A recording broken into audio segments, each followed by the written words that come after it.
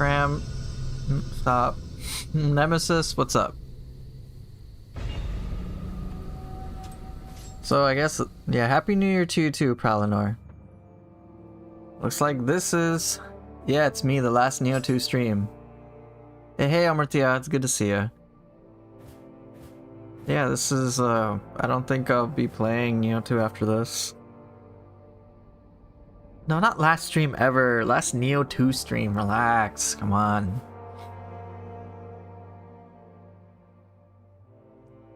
Yeah, like, this is it. This is the last mission I gotta do. Not that I have to do, but that I'm gonna do. So then Nioh 2, I'll be done. What about the Underworld?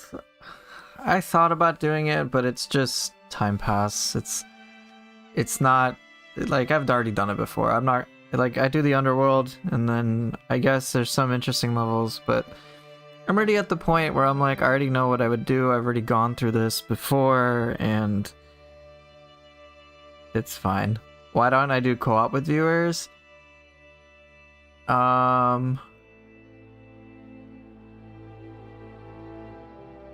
Just typically my experience with, like, I can do co-op with viewers, but not usually on stream. My experience with doing co-op with people on stream is that it can just get messy. And, like, it's not guaranteed to go well on stream. How about some Ronin after this? If I had Rise of the Ronin, perhaps. Am I gonna switch games midway? No, I'll just stick with Nioh 2 today, but it's like... After, like, this is just the last stream, basically.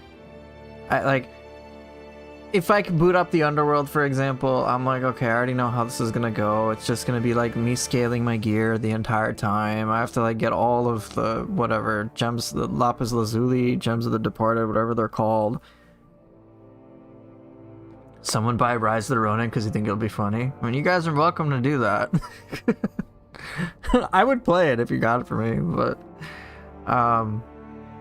yeah, like, I've considered other games like Stranger of Paradise, and I would just go into Ninja Gaiden 4. Like, I've thought about it.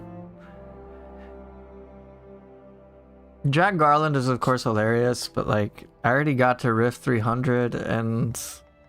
there's, like... I just don't want to do it all again. I have Rise of the Ronin on PC, not on PS5. The PC port could use work for Ronin, yeah. But yeah, like after I'm done with Nioh 2, and when I'm saying I'm done with Nioh 2, I mean like after today's stream. Like I'm just gonna go to Ninja Gaiden 4. I expect viewership to tank, that's fine. Fine by me. Here, I can chill with this. I can start with this, yeah. I would go to Ninja Gaiden 4, because there's stuff I want to do in there, and it'll be my kind of like my chill game. What's going on here?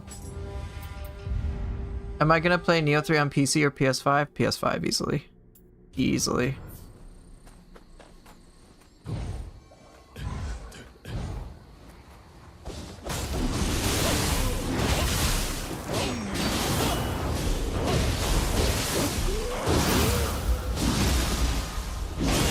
It's PS5 mostly because it's just gonna be easier to stream.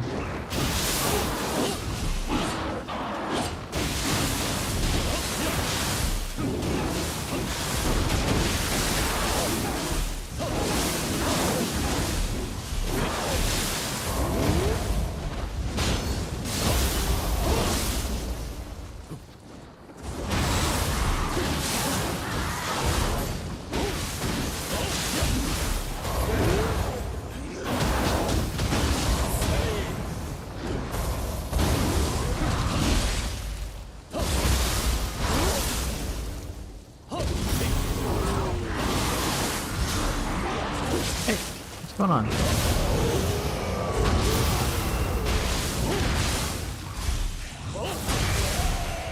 Team Ninja isn't that bad for PC optimization problems on PC. They do better than Capcom at least. Okay. Open a coffee and we will see to provide you Rise of the Ronin. I suppose I could.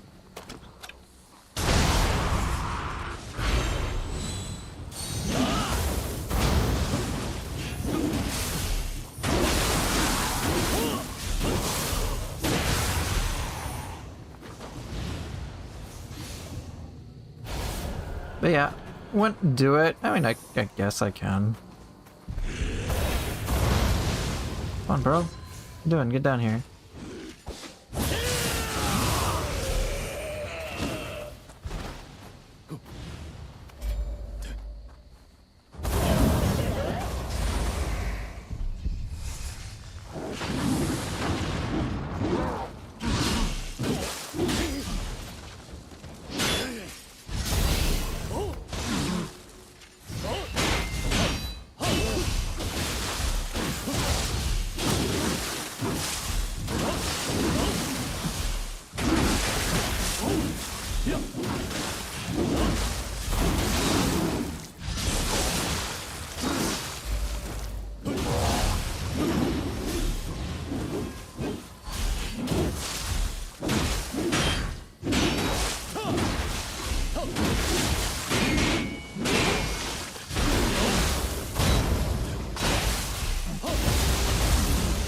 Hey, do.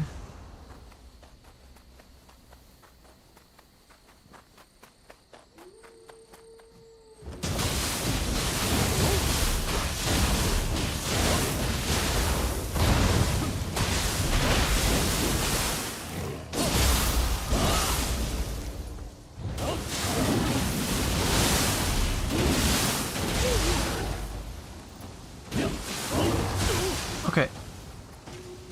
We're done.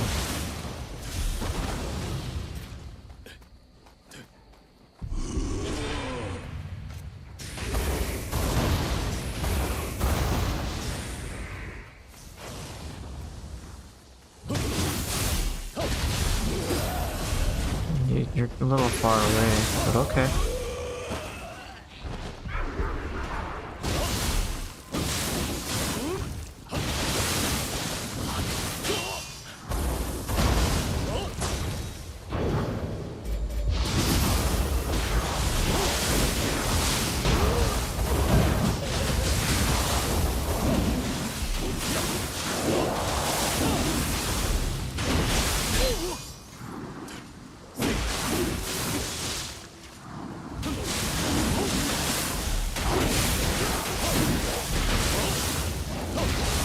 Okay, cool.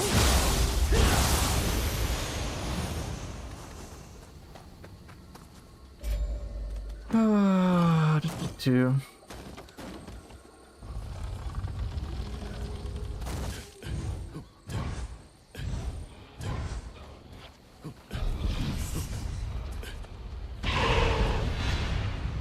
Okay, good. I don't have to worry about them.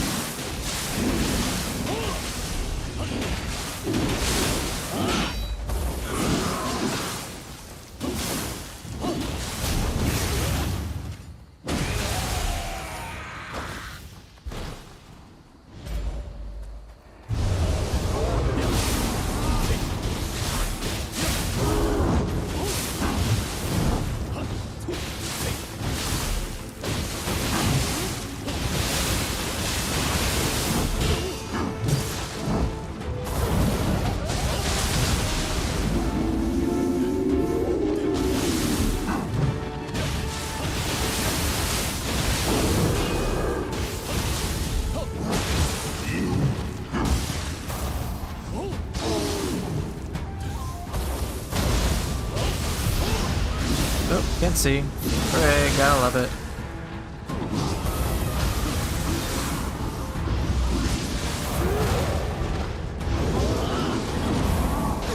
Come on.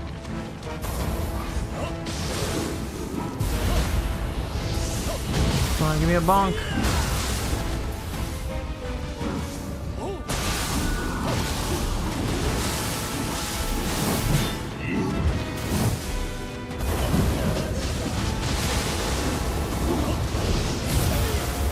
Okay, cool. Goodbye.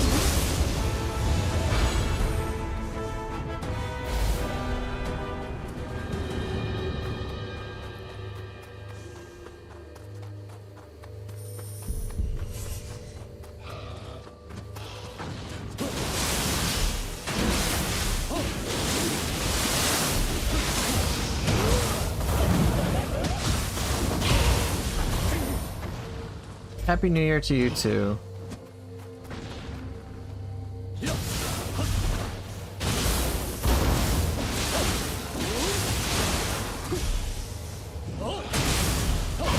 Okay, cool. Not disrespectful. That was also mean.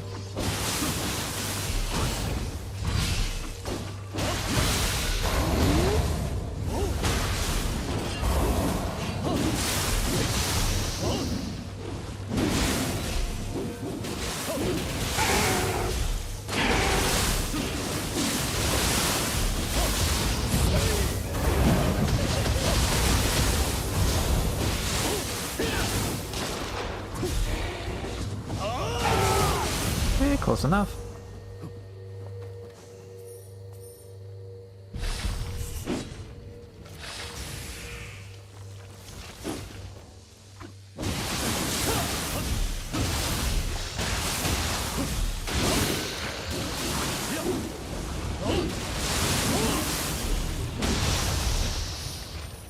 Did you know that Daidara Bochi has a soul core has hitbox when you summon it? Yeah, I did know that. It's really cool, right?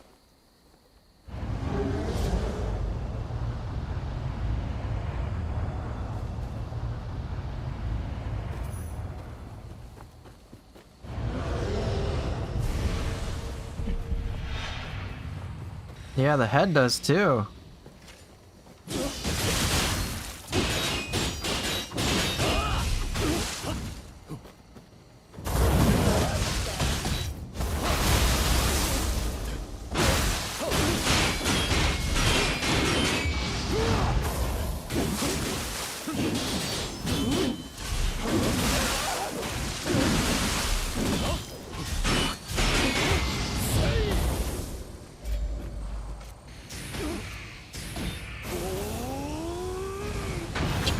Get exploded.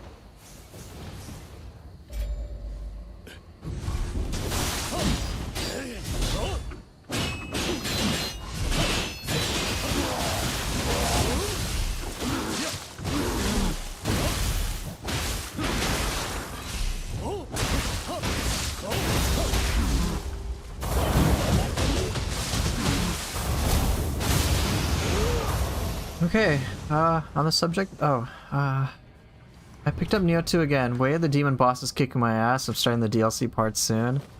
Now that stuff is tough. You were trying to figure out how to use the Daidara Bochi's thing in combos. You got any suggestions or ideas? Yes.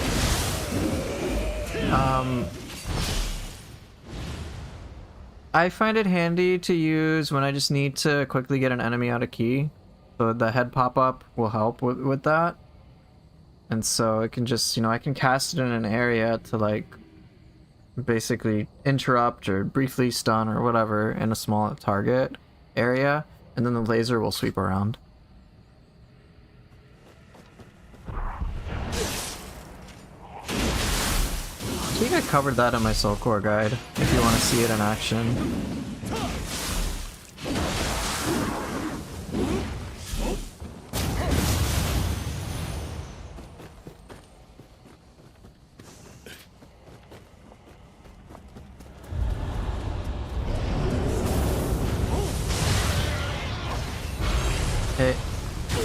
Hey, what's up? What's up, Pain? That Malaysian guy took anything out of it? Took out of what?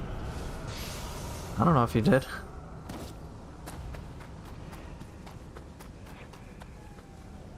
Yeah, I got Soul Core guides. In case you didn't know that, Umberts, yeah. Hey, Happy New Year to you too. How are you?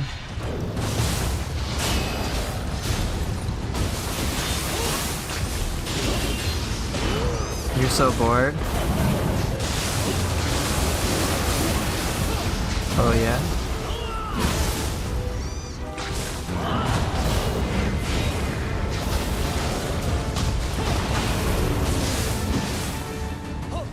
Get bombed. You got nothing fun you want to do?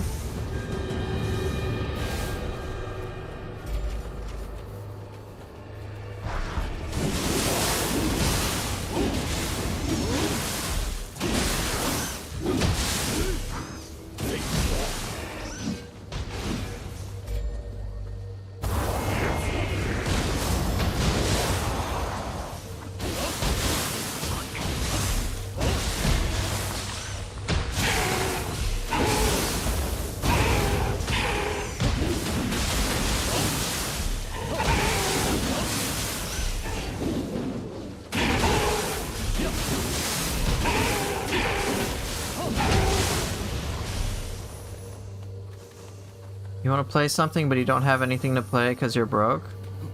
So, Gershan, you know there's these things called, you know, free-to-play games. Okay, so a question. Is there a way with the clones to kill them? Without yokai abilities and Bells of Awakening? Shoot them, I'm guessing you're talking about Kashin Koji's clones when he has like 8 of them and he brings them around or something.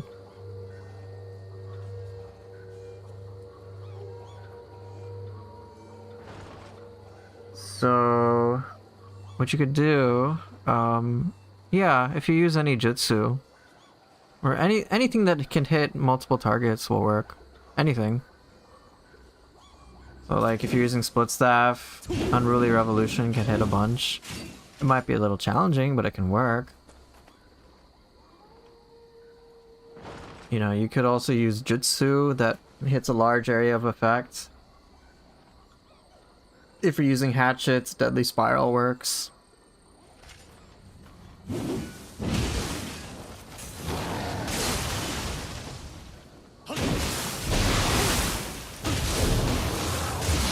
Oh my god, I died to the Yoki. Okay.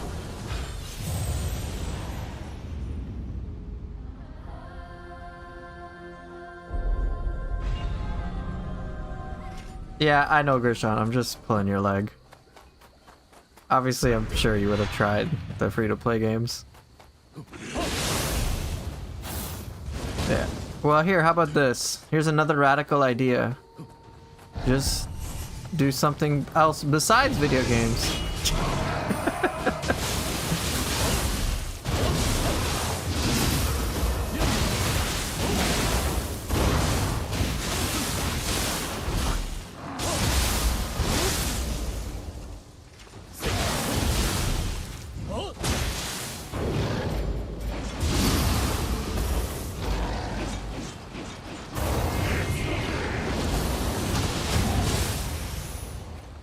Been practicing your Adachi tips and enjoying the weapon again? Nice.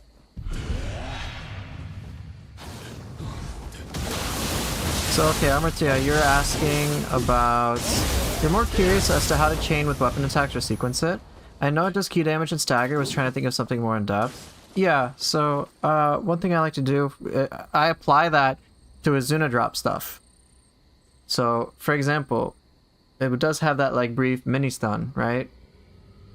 So what I can do is, because of the way that the head pops up and it can push enemies away, I've used it to help me set things up. So it's like, all right, I cast it, it does a quick hit, a quick like mini interrupt, right? And it can push a target closer to me, so then I can combo them, and then the laser, by the time the laser comes around, it depletes their ki, and then I can Azuna drop them. It's pretty fun in that regard.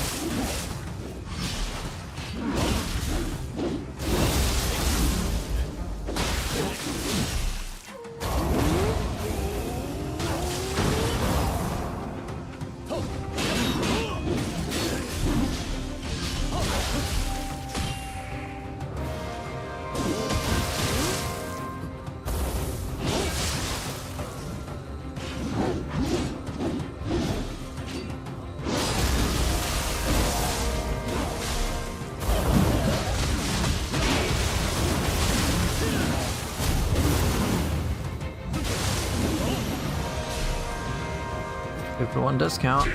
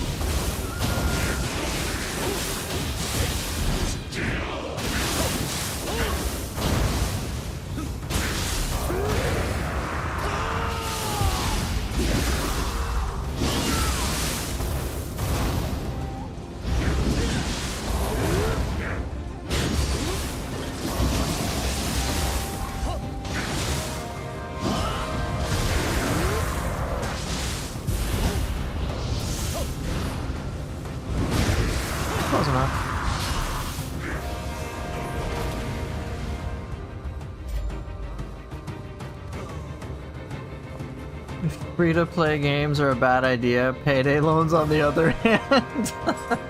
Okay. No pain. I'm not showing machine gun flux swap weapon 2. None of that. So, Leo Loose Animations. You wanted to finish Demon before Nioh 3 started.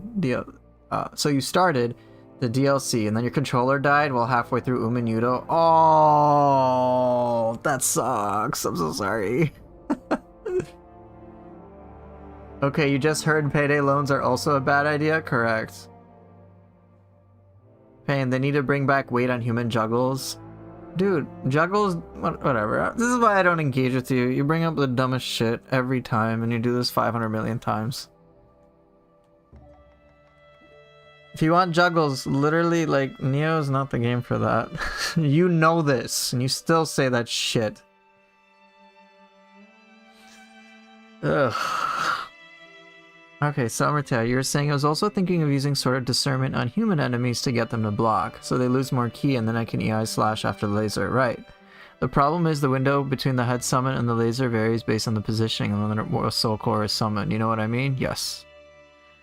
Like, I'm not sure there's a way to control where I can summon Bochi. Maybe the general area, but not the specific point.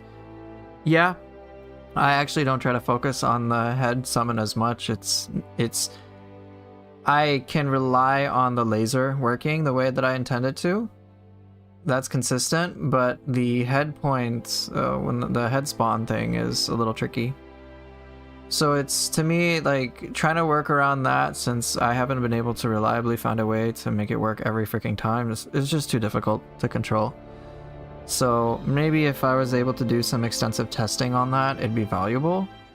But truth be told, like, I haven't really needed to.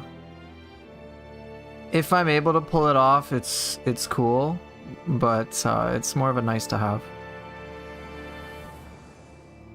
It's just one of those things that, like, the amount of time I would invest into trying to figure that out is, like, usually I can get more value out of putting my time in other things.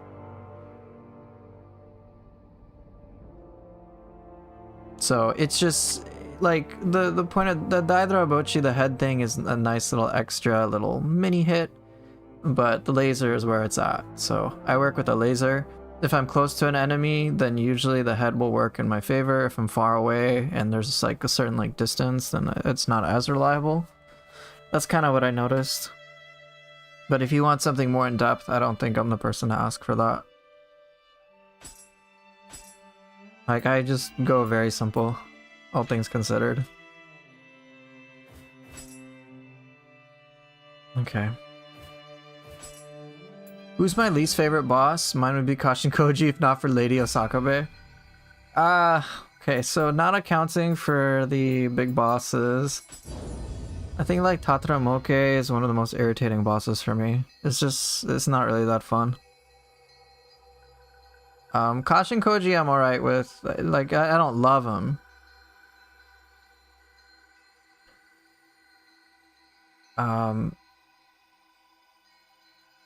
But yeah, it's fine. I don't like Matsunaga Hisahide. It's just very boring. They're bosses that are annoying, and annoying bosses involve stuff like Tokichiro and Saito Toshimitsu. But then there's some bosses that are just like really boring, and I'm like, okay, this is monotonous, and like I'm not really that engaged at all. And Matsunaga Hisahide is like one of the worst offenders for that, because once I start putting some offensive pressure on him, it's just a block spam fest, and I'm like, I don't care for this anymore.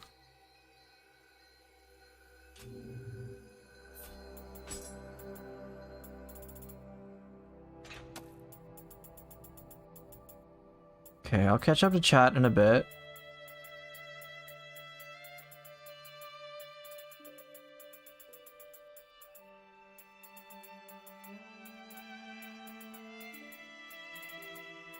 With some bosses, it's like, hey, if they could be tweaked a little bit, then it'd be great. But then there's other bosses where it's like, okay, I feel like a redesign is needed to make it more fun. Yeah, that's really good that you're curious about that, Amartya. Like, that type of stuff is the fun stuff, when you can start nerding out over little details like that.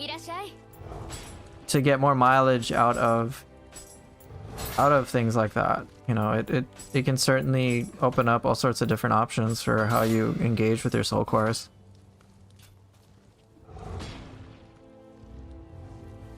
But like anything but for Daidara Bochi, anything like super advanced, like I haven't, at the very least, like I haven't figured anything out with the head where I'm like, whoa, this blew my mind away. Whereas with like Aberrant Soldier, as I put in the Soul Core video, it's like, hey, there's actually like a very noticeable and very easily replicable sort of backstep thing you can do with it to avoid certain attacks, like Wheel Monks, for example. When a Wheel Monk wakes up, Aberrant Soldier can move you just out of range so that you are safe. And then you can sequence it with things like a Lumber Chop. Fully charged Lumber Chop. And it can be replicated, so, you know, it's like I got, you know, a bird in the hand versus, say, two in the bush, proverbially speaking, when it comes to Daidara. That's all. But yeah, look into that dimension. Look into that stuff. It's the good shit. So, Curl Rack for the win. I re-downloaded the game but couldn't find my old character, so I'm doing a new run trying weapon I never tried before, Staff and Kusarigama. Ooh, okay. So Pain, you like Obsidian Samurai? Because he lets you do things to him? Sounds like you got a skill issue.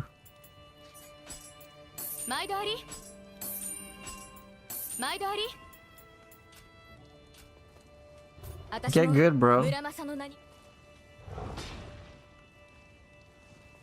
Is it better to skip to higher difficulties once they unlock, or finish as many missions as possible in each difficulty? This is ultimately a matter of preference, and that preference is going to boil down to what you want. Do you want to, like, it depends. It honestly really depends what you're aiming for. If you just want to get to the quote-unquote the good stuff when it comes to the loot, when it comes to the more challenging bosses and stuff like that right away, then by all means you can just bum rush to the higher difficulties, assuming you're able to do so. It just depends. There were times where I'd be like, yeah, I want to take my time and adapt to, say, Dream of the Demon, or Dream of the Strong, or whatever I'm working on. That's fine. It might be valuable for me to get used to the lay of the land. When I played it this time, I was just like, I don't need that. I'm fine. I'm just gonna bum rush to Dream of the Nioh anyway, because that's where all the cool stuff is for me. That's the experience that I want, so I'm gonna go to that. And then now that I'm in Dream of the Nioh, I've basically taken my time through it.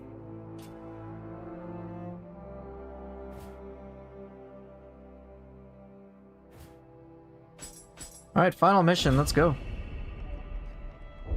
So Wolf-Eye, hopefully that gives you a little bit more of a nuanced answer. Okay, feel free to request weapons as you guys want. I am looking for one Kodama. The final Kodama.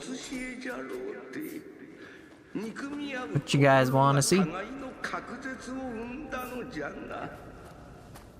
People sleep on skeleton warriors. That range property it inherits is probably my favorite core, alongside with Abraham for timely guards. Did I do sword? No. I can play sword. Barehanded? That's not going to count. Blue mage? I'm not playing blue mage.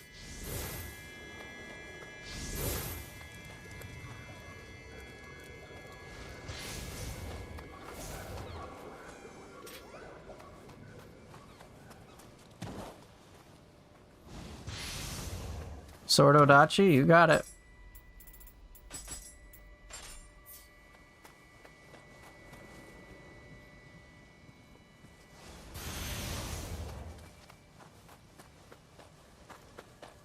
Big axe for bonk. Alright.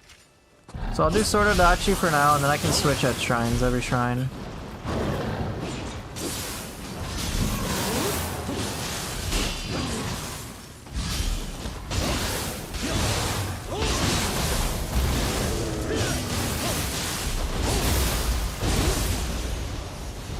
Yeah, it's a pretty insane looking Odachi. Alright, so I'll do Triaxe when I get to the next shrine. Oh, this is the Kodama I missed? The fucking first one? Okay. Well, let me go get it.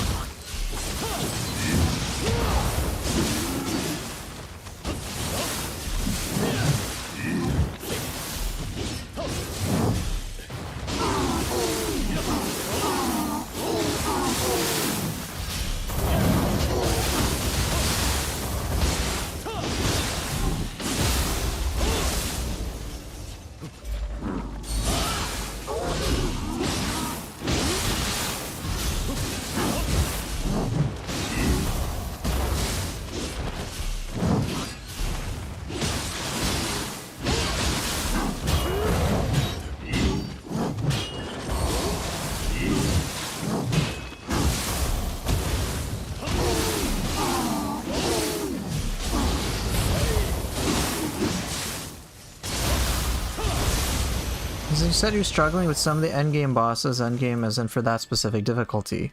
Was wondering, oh, I missed that detail, my apologies. Was wondering if higher gear from earlier missions and higher difficulty would help. Yes, it would. Absolutely. A lot of this is very much a gear-based game rather than a level-based game, so it would 100% help.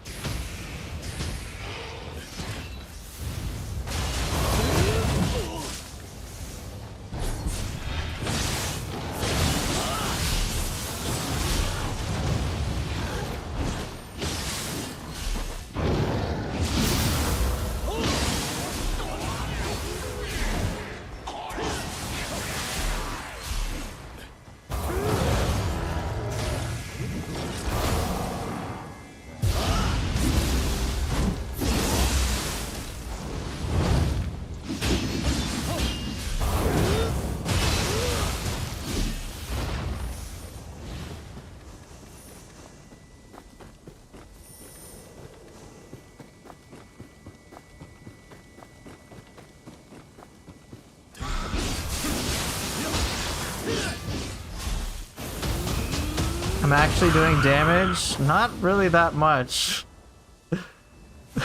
Not all that much. Okay.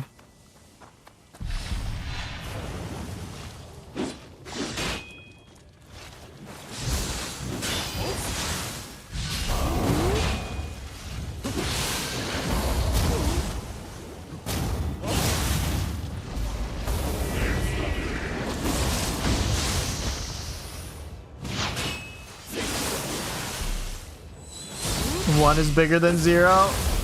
Touché.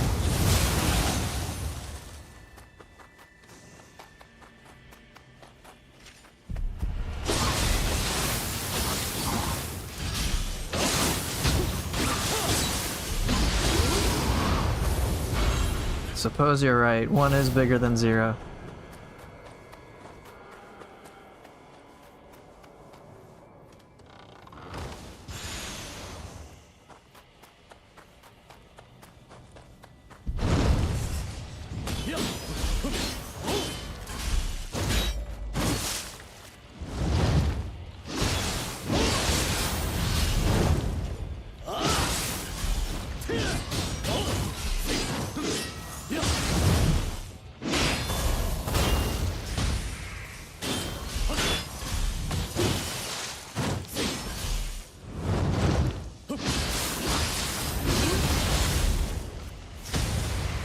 The game looks so much nicer without the damage numbers. Yes, it does. At least for me. Okay.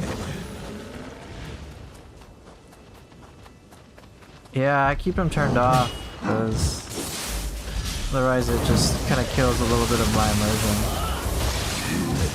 Please don't die now. Owie.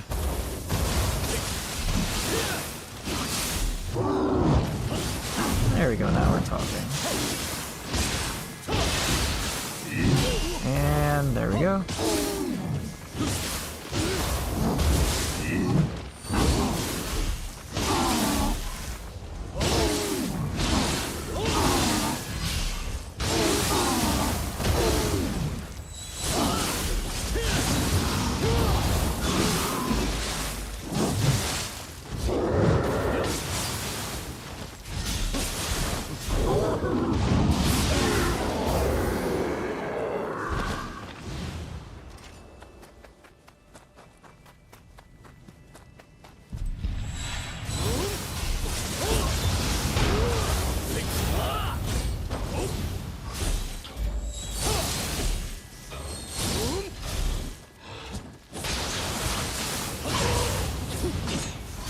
Oh yeah, I was wondering, since you got to play on PS5 Remastered Edition, does it feel like it's almost on par with the base PS4 version? Backwards compatibility and feeling the input lag?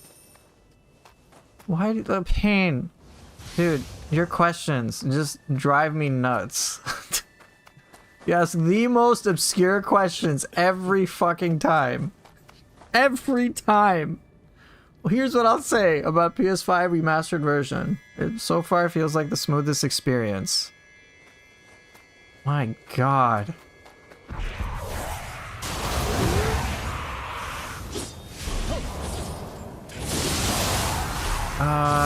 Do you know where I can farm Underworld Soldier?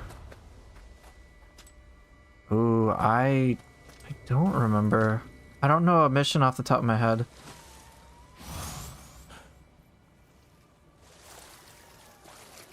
DLC 2. Actually, scratch that. Yes. There's a DLC 2 mission with, it's called Storm in the Underworld. It's where you fight Ashia Doman and Lightning God Zayomi back to back. It's a side mission. And you get like an NPC ally. The first 3 enemies, you fight Hellish Hag first, and then you fight a Bakigani and Underworld Soldier. And then you can, once you kill the Underworld Soldier, you can just Earth Folding Talisman back to your shrine. And then you can just keep fighting the same 3 enemies. And you got a co-op partner too in that, so it's, you know, like pretty automated, relaxed experience. That should help.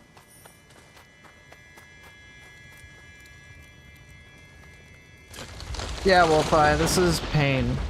Pain, that's why he's called, that's why he's Pain.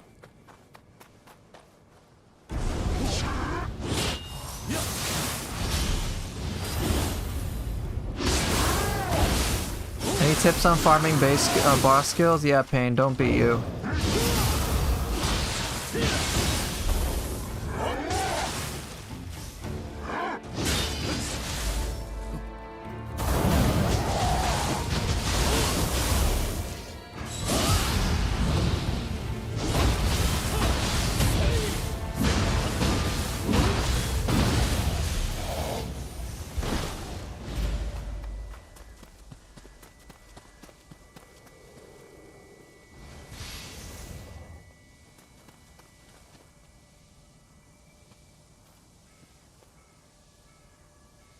Alright.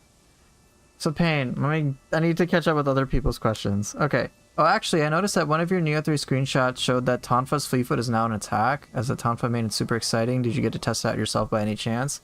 I did not. Tonfa's Fleetfoot is... I think it's, from what I remember, it's the same inputs as before. But Tiger Bite now also competes for that slot.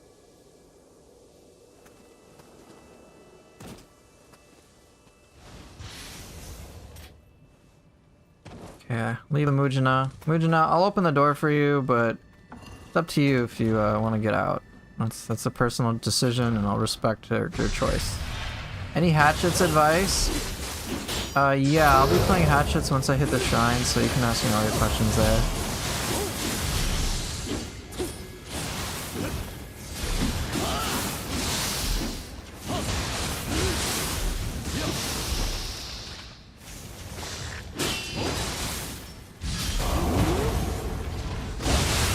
Oh, you got a key. That's not how it works.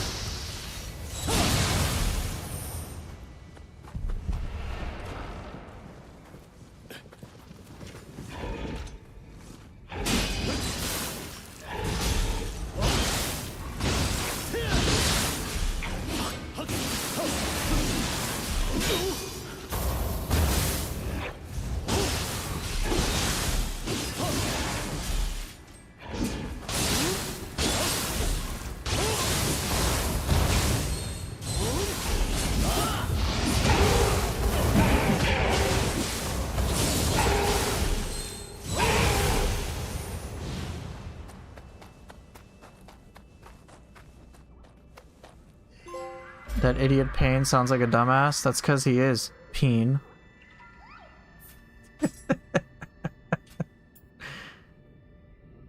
Yeah, Albert, yeah, it's gonna be interesting when it comes to a lot of those types of decisions. Poof, when does the Gilgamesh DLC end in Stranger of Paradise?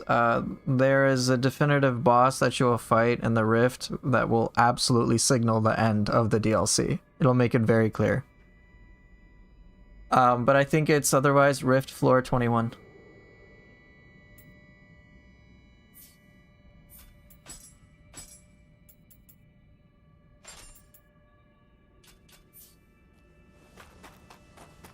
Yeah. What you'll want to do for DLC 3 is try to get to Rift Floor 30 at the very least. Try to get to 30.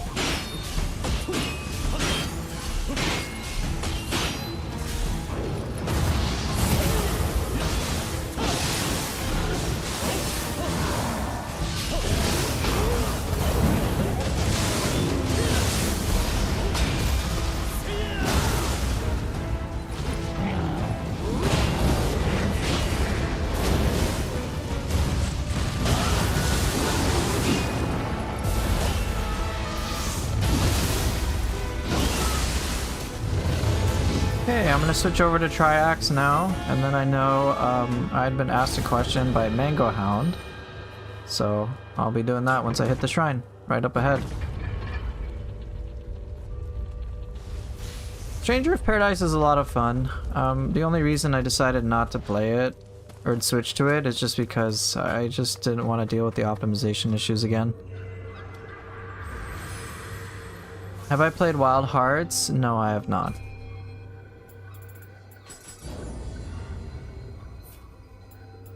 Okay, let me see what I got. Alright, Triax. Here it comes. Alright, what did I get? Anything fancy? Doesn't look like it so far. No.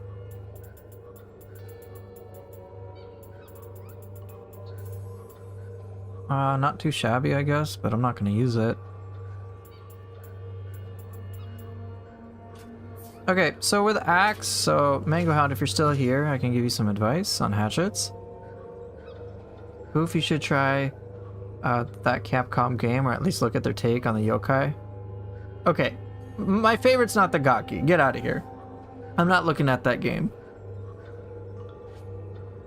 Okay, so with the hatchets, I think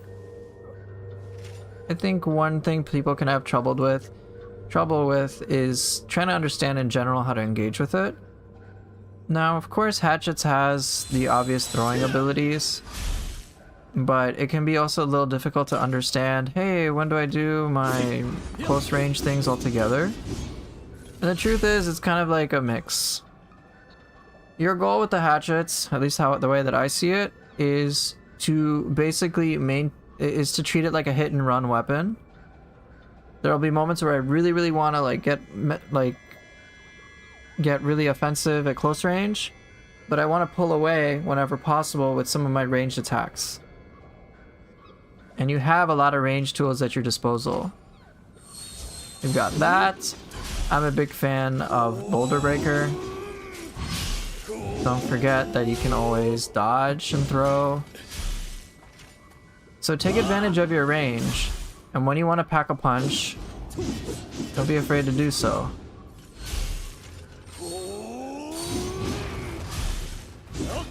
So I like to treat hatchets almost like a heavy weapon. And I also have a lot of fun pairing it with the axe for that reason.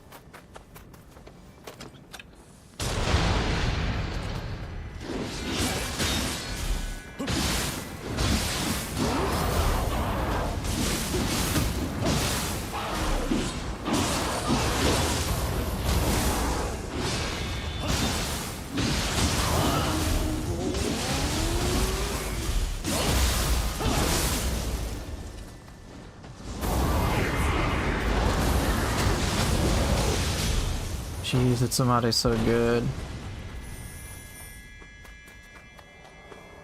Kinda get me? Alright.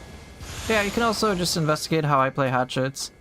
How I work with that and the axe to just set certain things up. Wild Hearts also has trick weapons. Oh. Cool.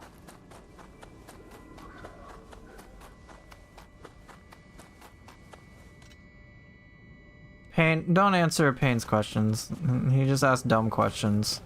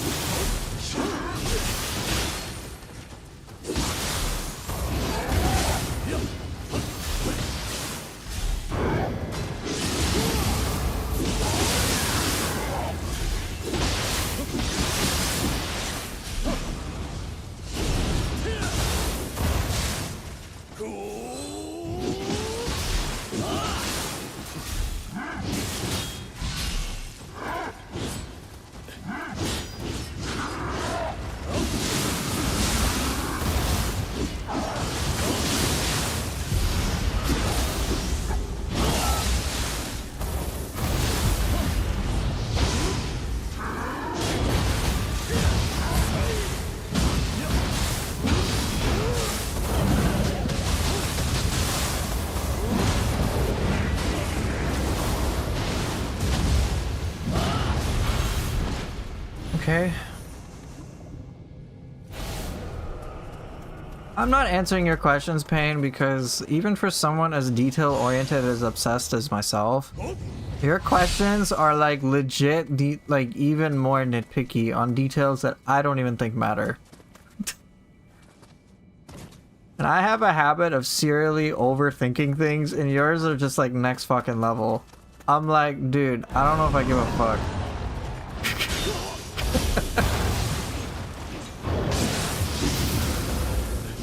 Is this Pain guy in Twitch? Now he's on YouTube. Probably went back to Twitch. He always does this.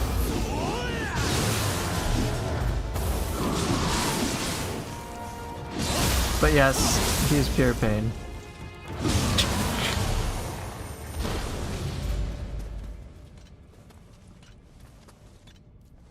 Okay, so far so good.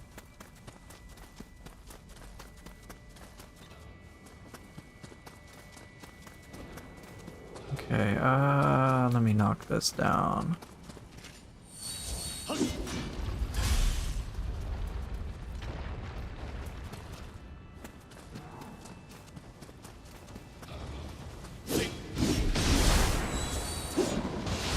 Whoa, whoa, whoa, whoa.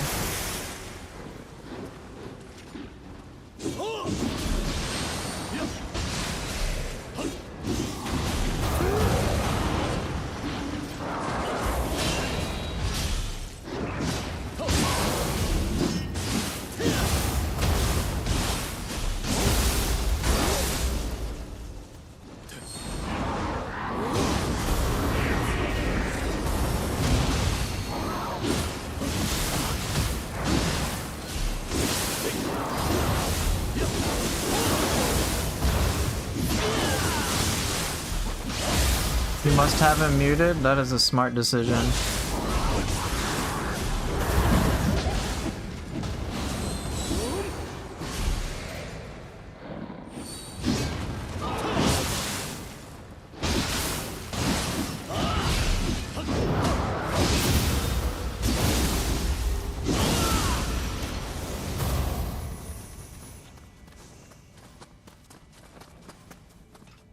You don't see his comments either? Good.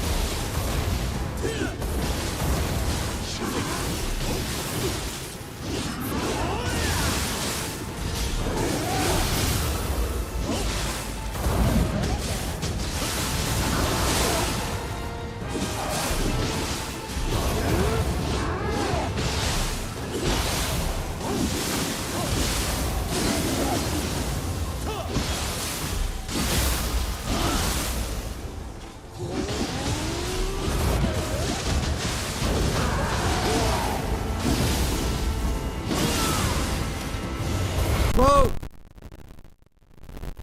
This is why all right.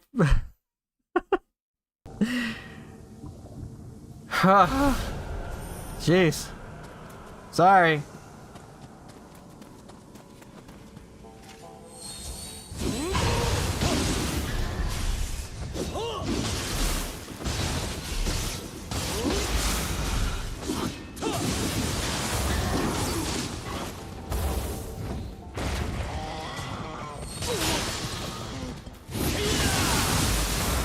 Oh, I'm so dead. No.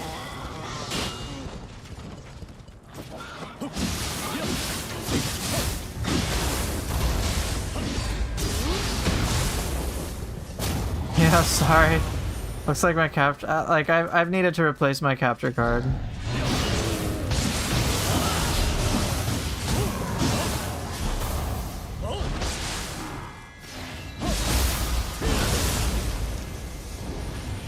There's like two major things I need to fix.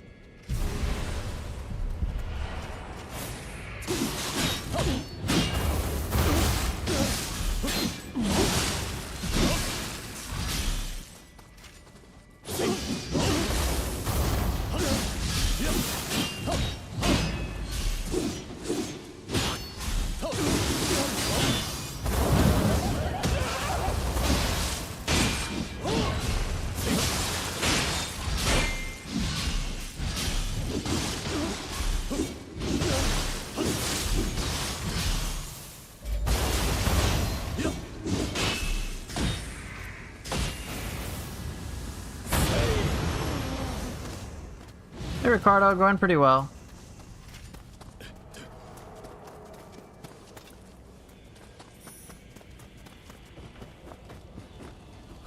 Hey.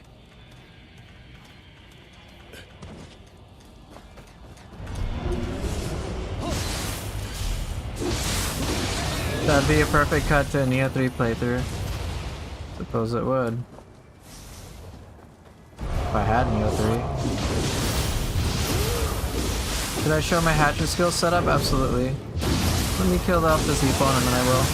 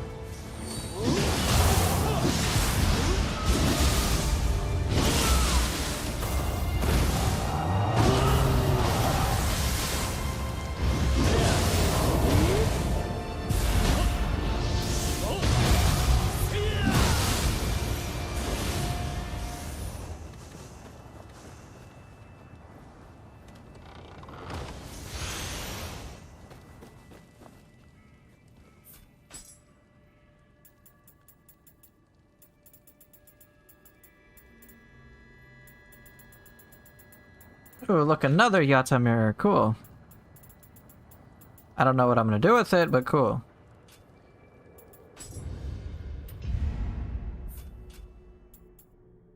Alright, so my hatchet's set up. Here you go, take a look.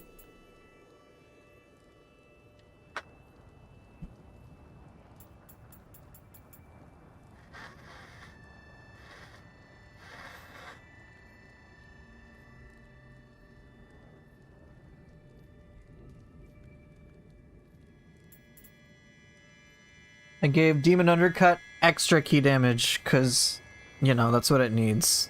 More key damage. Truth be told, I could probably put Nimble Slice on this. Not like it deals some damage.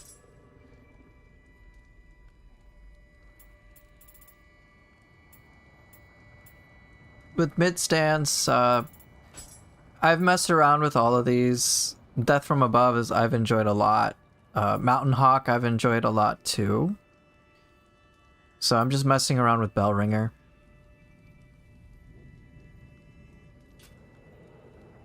There aren't really that many choices, all things considered. It's like, well, what else am I gonna put in different stances? Like, just put Dual Hawks, okay. And low stance. No, there's like not that many choices. And then for low stance, it's like, whoa, you got so many different slots. It's like, well, you're gonna use Spinning Crab anyway. It's like, most of the time you only have Eagle Shadow here anyway. It's like, the only option you have is Dual Hawks. The only option you have is Wolf's Rage. Chain Hurl is for the longest time. Like, you only have like one option anyway. So it looks expansive, but it's really not. Death from Above is a lot of fun. If it was a skill expansion mod, as I did on the PC, I would use all three of these. These are all fun and have different pros and cons to each. So question, do custom skills really make a difference and never use them? They do make a difference. It's just not like a super uber powerful thing all at once. Like, oh my gosh, you have to equip this thing and therefore the game becomes easy mode. It is impactful though. I don't use that many because they're not the application of these things is not the most interesting. It's like, okay, fire element, okay, this element. All right, this is cool, like it helps, and I'm sure I could tailor things to that, but it's never like a super big thing to me. But I am tempted to pick the equivalents of these in Nioh 3 simply because they look very different. Hey Z-Lod, it's good to see ya. Arcana of Vermin, the Paralysis. Yeah, that one's like useful because you can paralyze enemies with it. So for example, if I wanted to, I could put the Arcana of Vermin, which I don't have, but the Paralysis Arcana on here. And like as I showed in one of my combo videos, like just paralyzed an enemy. So it's there. I wouldn't say they're game defining, but they're certainly helpful if you want to customize your stuff a little bit. Alright, Amartya, I'll see you around. Thanks for dropping by. Z-Lot, things are going pretty well. Just, we got less than 4 weeks, and then we can play our Nioh 3 demo. You think the fact that in the end we have a lot of slots on Hatchets, but just one option to each, is that going to be a good thing for Nioh 3's Hatchets? I think it's... When I see, like, the lack of options for Nioh 2's Hatchets, and I compare it to Nioh 3's, it just makes me less worried that Hatchets is going to lose a lot. Truth be told. Hey, Toxic, thanks for the membership. You're trying to play Dream of the Nioh with Dream of the Demon gear and it's all a nightmare? Yeah, it really is gonna be a nightmare. I'd recommend you get your Dream of the Nioh gear ASAP. Hey, you just finished... Oh, hey, Hato. It's good to see you. So, Z-Lod, you just managed to finish today officially the whole base game, including Daedra Shithole and Lady Osaka Bay. But only single weapon, of course. Bro, that's amazing. Straight up. I don't even think like I don't know what you got flowing through your veins there, but like I would never do that shit because I would get so pissed off fighting like Daedra or Lady Osakabe from when like one little shitty thing just like ruins the whole run. Oh my god. Well, congrats, man. Yeah, you'll start DLC tomorrow, but I don't know if I have time for 11 weapons and 8 bosses. Bruh. You are a madman. You rage quit on one day and Daedra. Dude, I'm just surprised and low-key impressed that you just did all that shit.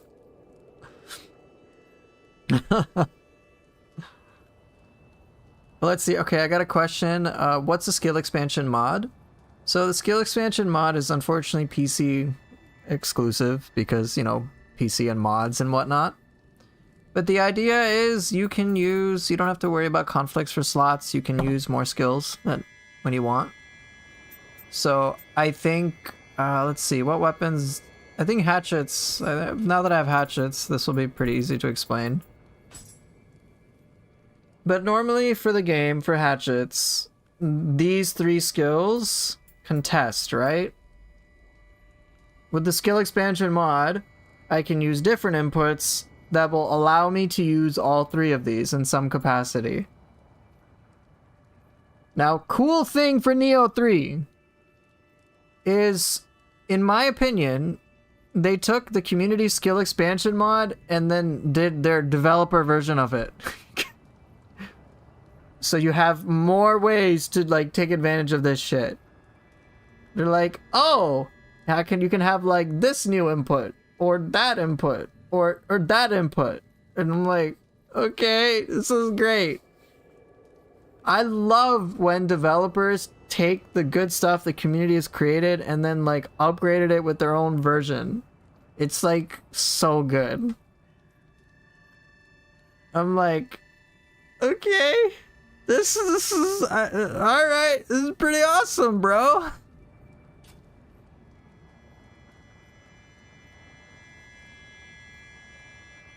Hey Cosmic, good to see ya. So yeah, if you want to practice for Nioh 3, dabble with the skill expansion mod.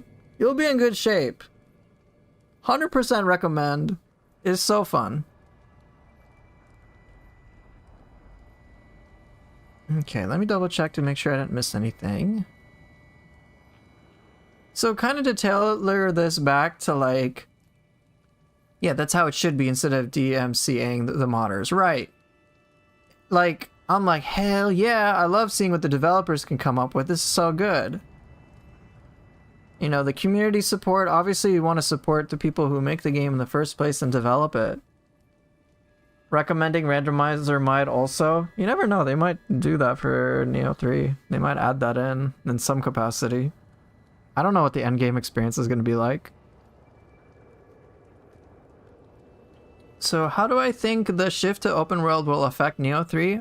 From what I've played with so far, I think it's in the best direction possible. I think it's going to make things more immersive than before. And I think in terms of pacing, I think it'll be less jarring transitioning from like high intensity moments that Nioh has to like chill moments. In other words, less time in menus. I am okay with that. Alright?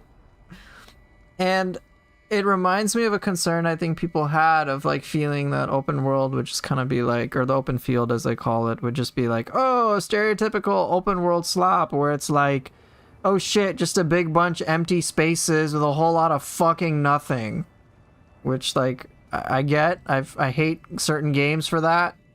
Because I'm just like, bro, yes, you got a big expansive world, but like, this feels ultimately really meaningless. Like, I remember Batman Arkham Knight. Like, it's cool to fly around as Batman, but it kind of gets old. Because it's like nothing really meaningful occurring, except I'm just going from point A to point B in like this super long way. And I'm like, bro, I don't know. Even with fast, and then it's like, okay, you got fast travel, but it's like, it just doesn't feel like like after a while, it's just the areas just kind of become meaningless. I can't really explore stuff. Whereas, say with games like Breath of the Wild or Tears of the Kingdom, both Legend of Zelda games, like at least I found some value with either exploring the smaller details, or like just taking my time exploring things. I always felt like there was some purpose, there was some meaning to it, unless I'd like completed everything. Like, I think, in other words, the experience for me, at least, that I enjoyed about those two games compared to, say, Batman Arkham Knight for after a while, was that there was just kind of this sense of novelty that kept occurring, and there felt like the sense of purpose. I don't mind open world games at all, provided it's not just like, hey, we got a big area and shit's empty. If it's empty, then I'm like, okay, like, I guess I can sightsee, but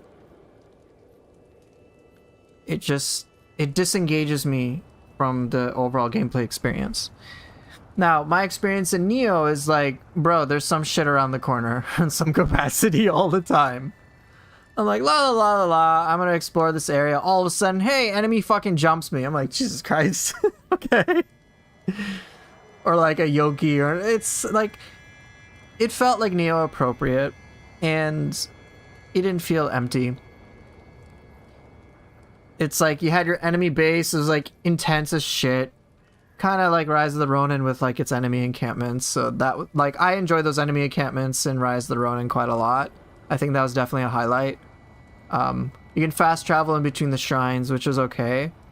But there was always some like meaningful objective to go towards. So I appreciated that. And the way that I look at an open field map in general is that it's not just like random shit scattered about.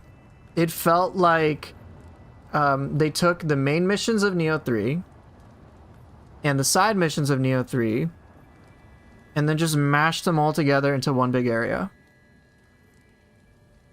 And I'm like, okay, that's kind of cool. I don't have to like load in between things. It was just go from side mission to side mission, and like there's that. Can you crouch in Nioh 3? Yes. Hey Lana, good to see you. Happy New Year to you too. Yeah, you can crouch in Nioh 3. You can slide in Nioh 3. You can jump in Nioh 3. But yeah, like I had fun exploring stuff in Nioh 3. There were definitely some like there were definitely moments where their environments in Nioh 3 just felt like things I'd wanted to actually see. There was definitely a lot of eye candy. And I appreciated that. And like I could, because of the open field experience where I'm just constantly in the world and just engaging with it a lot, it also helped me appreciate a lot of those details that like in Nioh and Nioh 2 that like for the most part I'm kind of oblivious to. Because like even in this level, for the Nightmare Bringer level, like there's a lot to see here on the horizon, no doubt. Right? But we'll never be able to explore it. Not that we have to explore everything. But just imagine if it was like, hey, you've got here. It's like, okay, you could theoretically travel to this area and there's like a mission over there or something. I'm like now I'm thinking I'm not seeing this level as just, oh, an isolated area. And then I do this mission, but other than that, I have no awareness of it.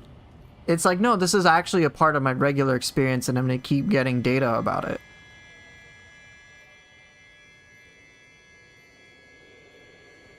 So I'll constantly be like noticing certain things. And like, I think that's cool.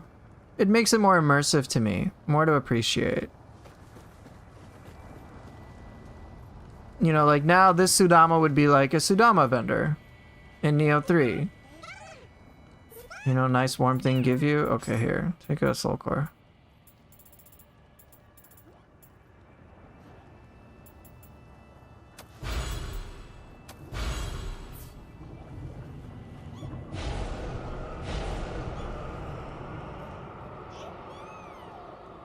Arkham Knight looks nice. I'm just being biased with my stuff. Oh god damn it, a Biwa. He could. Carbo. I wanted my Kodama. Are there NPCs in Nioh 3 that give like quests or something? They have. They're dead, but yeah. I'm curious about how they'll do Twilight missions as well. I got no clue, truth be told.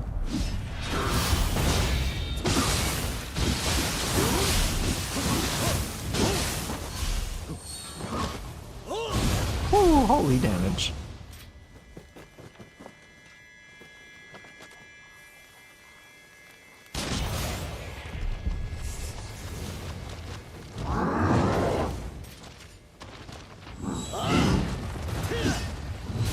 Any idea about refashion? No, I don't know anything about the blacksmith things.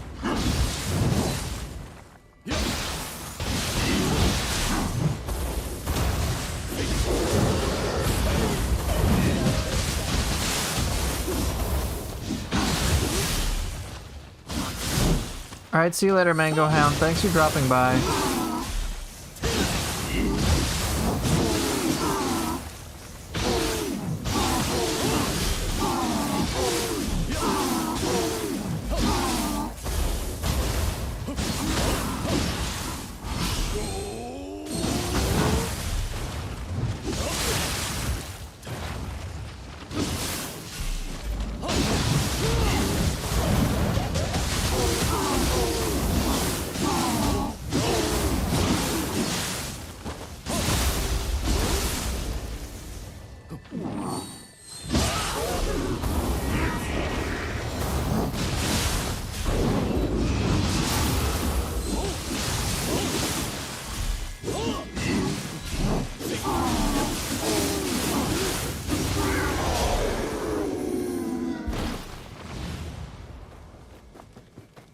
Yeah, I don't know anything about refashion. Does giving a Sudama multiple items increases your chance of getting something good? Not necessarily. They'll only take a certain amount of items, either one or two, depending on the Kodama's size.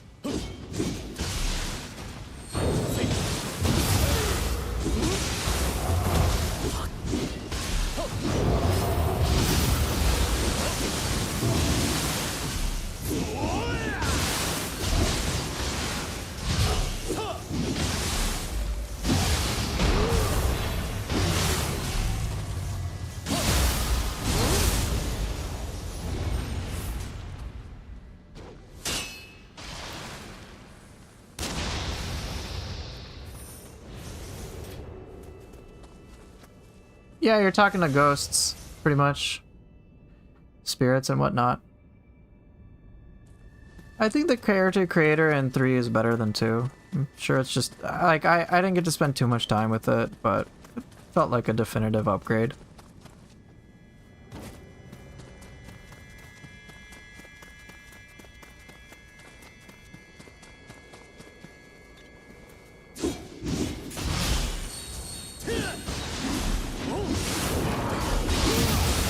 Alright, thank you for dropping by, Lana. Stop moving, you egg.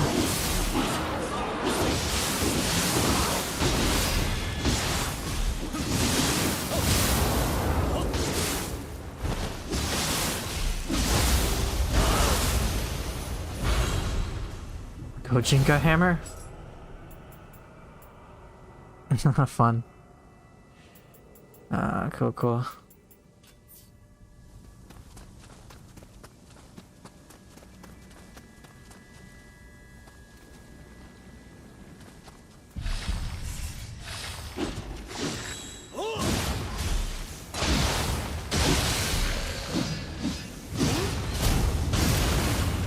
Alright, see you later. Thanks for dropping by.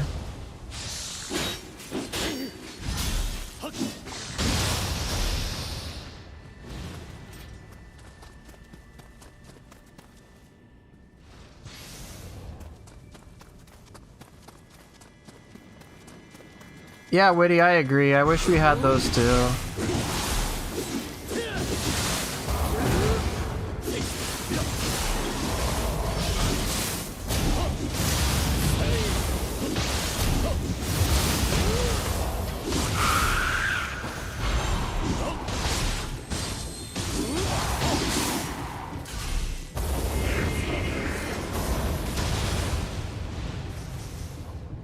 I was like expecting for us to get something for... There's just something, but we didn't. You know, I thought dual swords would be appropriate for the feral daggers. Which grace do I use? Well, I use an incomplete amount. I'll show you.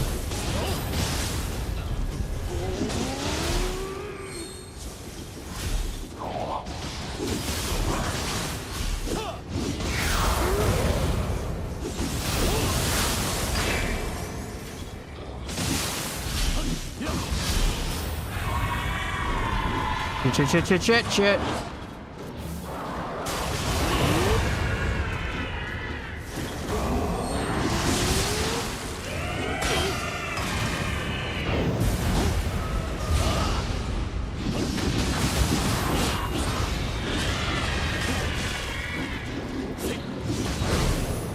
Damn it. Oh, this is bad. Okay, fine.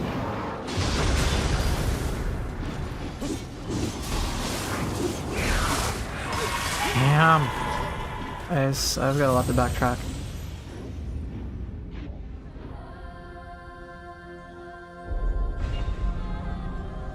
Which grace do I use? No singular one too much. I'm using 4-piece Amino Uzume so that I can move faster and regen more grace. Not grace, ki. The other one is a little bit of Izanami's for some other realm resistance, but that's it.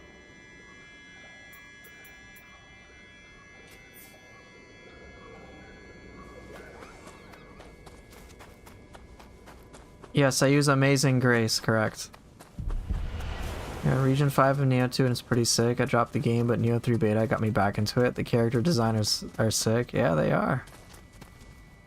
Yeah, they most certainly are.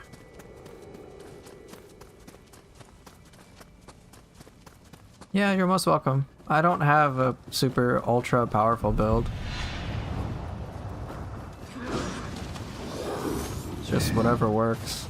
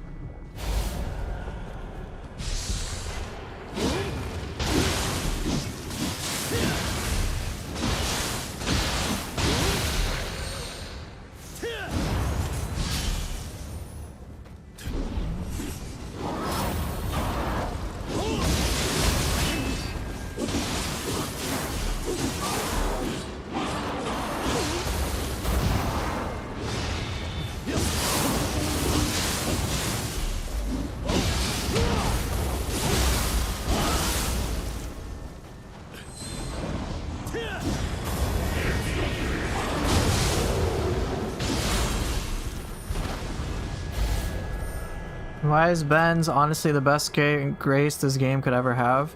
Pain, you're wrong.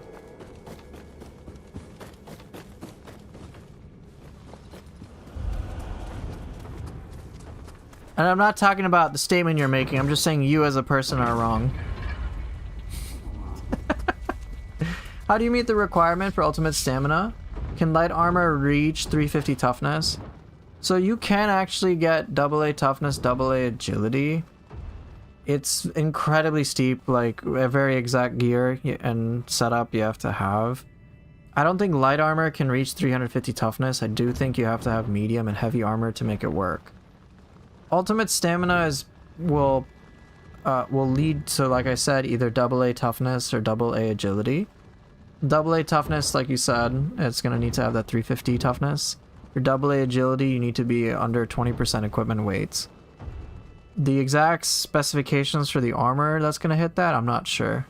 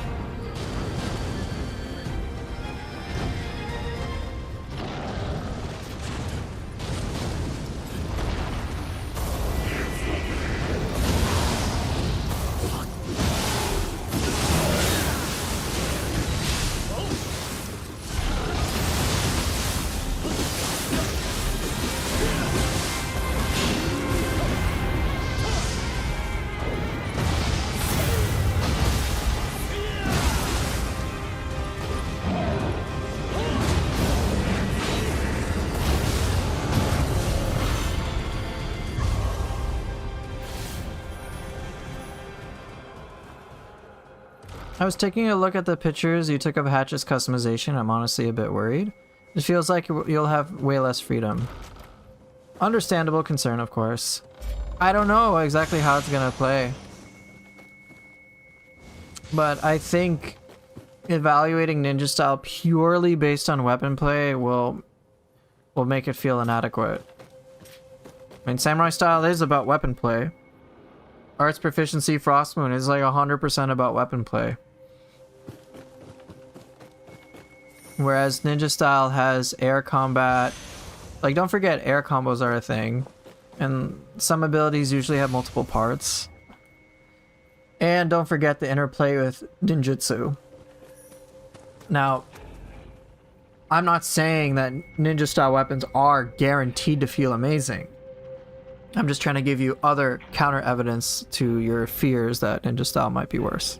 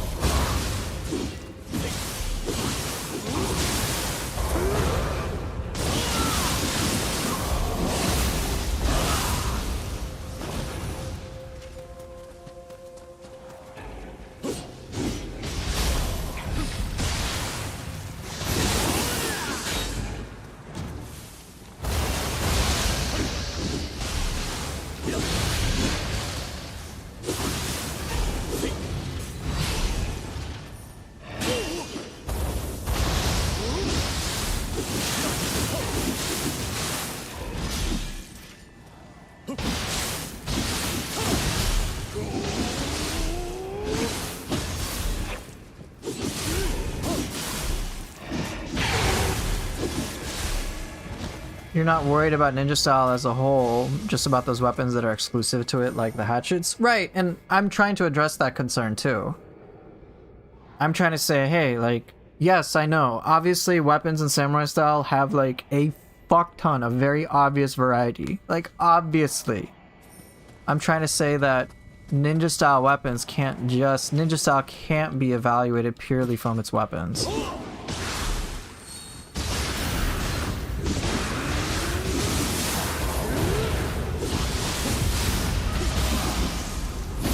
In the same way, like, I see, like, I am focused less on individual weapons, because yeah, obviously, like, a samurai style weapon is gonna have more. Like, who can even argue? But I'm focusing on the styles themselves, and the weapons being supporting parts of it.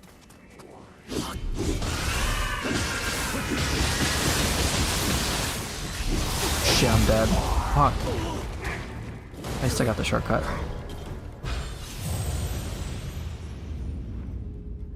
So yeah, like, I'm not gonna have 3 stances for ninja weapons. This is just not gonna be a thing. But what I'm trying to like. Can I use glaive and split staff? Yeah, I'll get once I. Yeah, I'll switch to glaive and split staff shortly. So Ricardo, though, here's. Hey, what's up, Deathland? Good to see you. So Ricardo, like, I know, like, weapon stuff in ninja style is obviously less than weapon stuff in ninja style. Or samurai style. Obviously. There is no doubt about that. I'm not gonna say, hey man, you know, sword in samurai style is worse than sword in ninja style. I'm like, no bro, just like take a look at the weapons. But I think what I'm trying to address is the automatic concern that like, oh, ninja style is just gonna suck. Because the weapons don't feel as robust as things in, or at least on the surface, it seems like it's not as robust play as it is with samurai style. Samurai style is all weapon play, right? That's pretty much it. And it's pretty much almost only ground-based weapon play. That's it. Like, you have a couple of aerial moves here and there, but they're very, very few. It's like, oh, you're in the air? Okay, you can do a move where you drop to the ground. Okay, cool. But there's no, like, fancy air combos. There's 0% of that shit. That's what... So, here's how I evaluate the full scope of my experience when it comes to samurai style and ninja style. And this, when I focus it on this way, I'm like, I'm not that worried. So samurai style, we have 3 stances. 3 stances per weapon. And there's a lot that goes into it. It's complex, it's what we're used to. So right, so I'm gonna get to that, Ricardo. So, when it comes to weapons like hatchets or tonfa with ninja style, I'm not just looking at, oh, what's the skill tree about? What's the skill customization about? It's not just about that. That's obviously important, and I want my variety. Like, I don't want to do the same 2-3 things over and over again. That's gonna suck. But the skill customization stuff will take into account like things you can do in midair, things you as well, some combos you have in midair. So you got aerial play. Don't forget you got things like footstool jump that can give you that variety. There's a lot of stuff with hatchets, and like we haven't seen the full scope of things yet either, so who knows what might change for the future. And like there is also like, this is also just like the beginning. Bear in mind. And usually if there's enough feedback, they'll give more diversity to ninja weapons. But while we have 3 stances for samurai style, with ninja style, the way that I see it is ground-based play is a big part, air-based play, and then of course the ninjutsu, but also how you mix in these different dimensions together. In other words, while the variety between samurai style is not going to be the same as ninja style, they both still have huge various dimensions that make them unique. 3 stances for samurai, 3 different styles, 3 different ways of working with ninja style. Ground, like I've barely tapped into air. Got like air attacks and shit. I'm like, bruh, I suck. There's some really fancy stuff you can do. Really fancy. I'm like, whoa, this is pretty cool. But ninja style play is not like, if you like, when I was playing the demo for the Bakumatsu period back in November, when I started playing ninja style, like, as I just hadn't played Nioh 3 in ages, I wasn't using a lot of the ninjutsu, so ninja style felt like shit. I'm like, shit, I'm running out of ki because I'm not using mist. Okay, I'm using guardian spirits. But I spent like no time customizing my ninjutsu as I had in the alpha demo.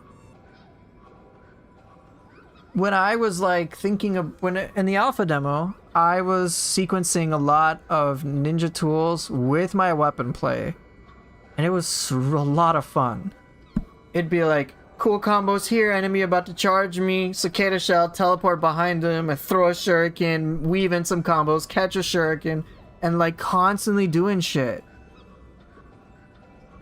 Right, ninja style without the jumping, without the ninjutsu, is basically a worse samurai style. It's just samurai style in mid stance. Exactly, Swolpool. Like, who's gonna play, like, who you and I do not think are going to play samurai style only in mid stance. We'd be like, yeah, fucking course that's boring. Okay. Swolpool, thank you for having that such a solid explanation. I'm very grateful for that. So yeah, so ninja style, if you're just looking at the weapon play, and that's it in a vacuum, it is like looking at samurai style with only mid stance. That makes it such an obvious case, Swolpool, thank you. You should teach this shit, maybe not me.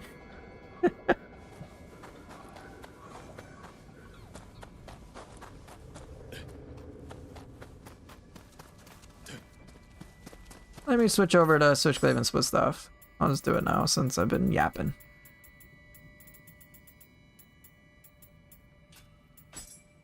Hey Swolpool, you're on the right track, man. You can. This is why I get your people like yours as help. I want those weapons to feel amazing. Me too, man. I can't say they're 100% gonna feel amazing, but I'm reserving judgment until I feel like I fully understand ninja style. Dude, believe me, I got the same concern.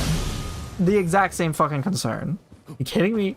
Me with my, like, penchant for switching shit up and variety? Oh my god, yeah, absolutely. Without a doubt. But I, at this time, am pretty optimistic because I see a lot that's possible. Dude, you killed me again. Oh, that's why. You got your stupid ass skeleton warrior. Hey, I get it, man. I get it, okay?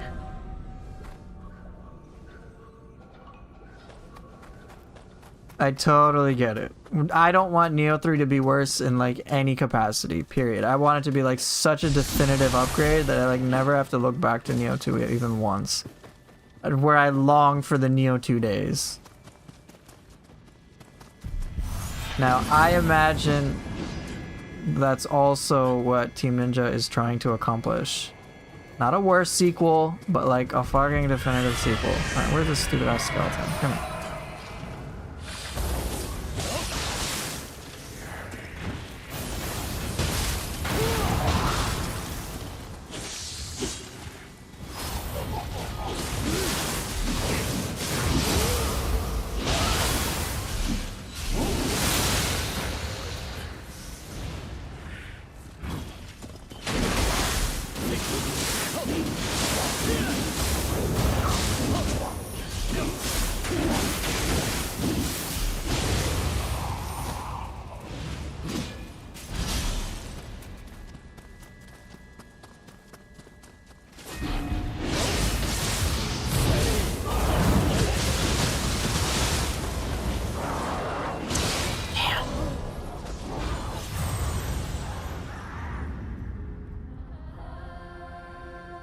I suspect with all the complexity that Nioh 3 is going to provide, that we're going to get a little overwhelmed.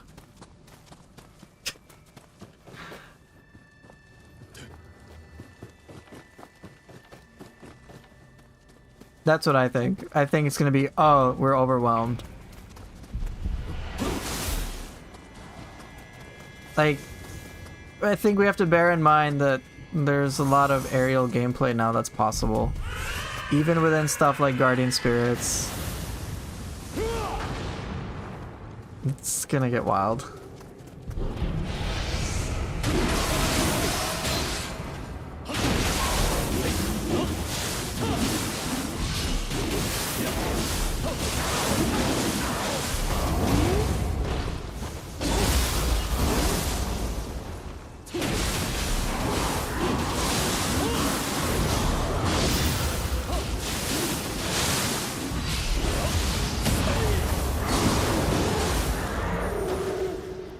Hey, you're most welcome, Ricardo, and thanks for also, like, one thing I just want to say is that I appreciate that you are, even though that you're doubtful, like, I appreciate that you're like, hey, like, I have doubts, which is totally fine, and then effectively challenging me in a very healthy way to like try to address your concerns. I'm cool with that. You're like helping me sharpen my explanations. And I'm also very grateful to you, Swolepool, for like providing me like a great way to make it very clear, just to give greater clarity on a concept I was trying to explain. Because yeah, it's such a no-brainer to be like, hey, if you evaluate ninja style only by its weapons, then it's like only evaluating samurai style by mid stance. No one, like, you'd be out of your mind to be like, oh, samurai style sucks because mid stance only. You're like, wait, bro, you got high stance and low stance, and how it works in between too. So with ninja style, it's like, yeah, you got ground play, sure, but that's not all that it is. You've got your aerial gameplay, and you got your and then you've got your ninjutsu. Like, really, like, hello. So now Soulpool, by you providing that feedback and for it to click, like, you, oh my gosh, I can't brain. But for you to provide like kind of that eureka moment that you kind of had towards me is helping me basically make better guides for other people in the future, and helping me to understand how can I communicate certain ideas so that people can understand it more easily. So I'm very grateful to you about that too. I remember the good old days of Nioh 2 beta where you refused to use soul cores, the purest way to play before G-Soul opened you up. Yeah! Exactly. I was very close-minded to Nioh 2 soul cores. Very close-minded. And I'm like, man, no, it's all about weapon play, dude. No, that's all it is. Skill. Soul cores are for noobs. Yeah, I don't care about that.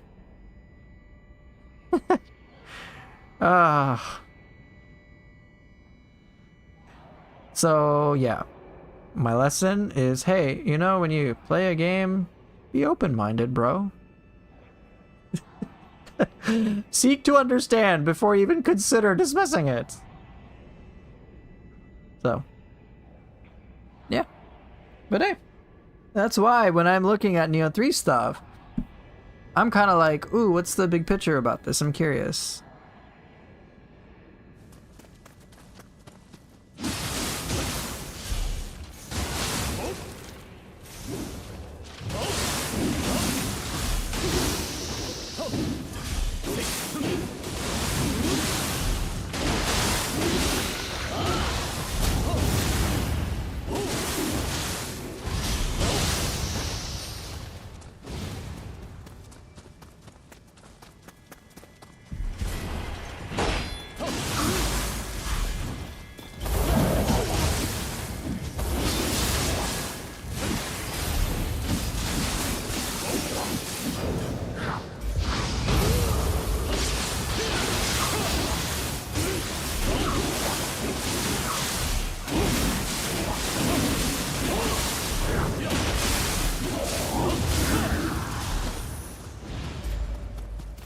Alright, we got...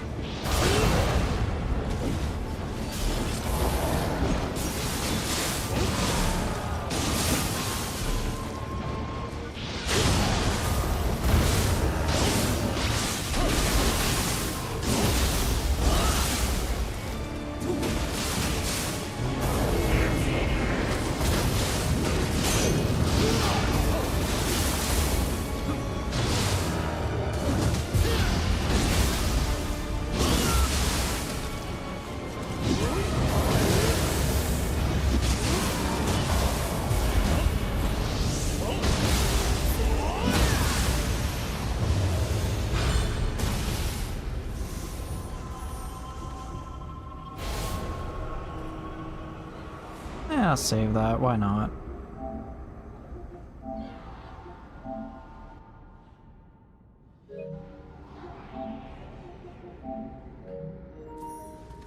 Okay. Just found, hey Momiji, I just found out how to make a weapon good. Tell Poofer it sucks, then spend a day in the dojo making it better. Exactly.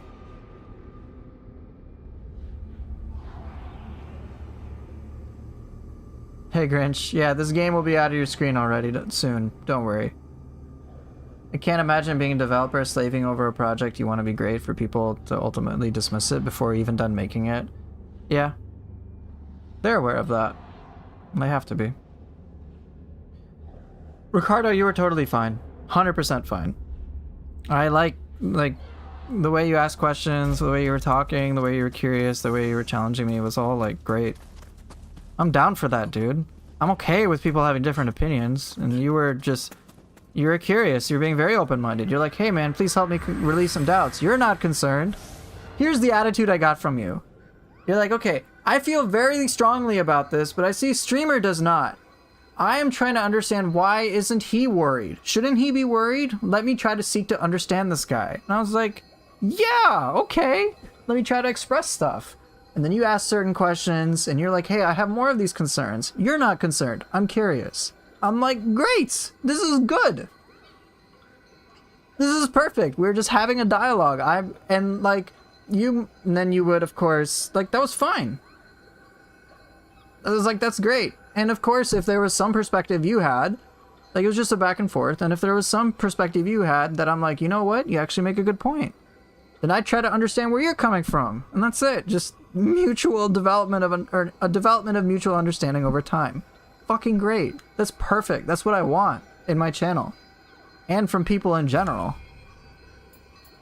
There, you have nothing to be sorry about, brother. It was all good. It was a very pleasant interaction, and I would love to have more of that type of stuff. Straight up.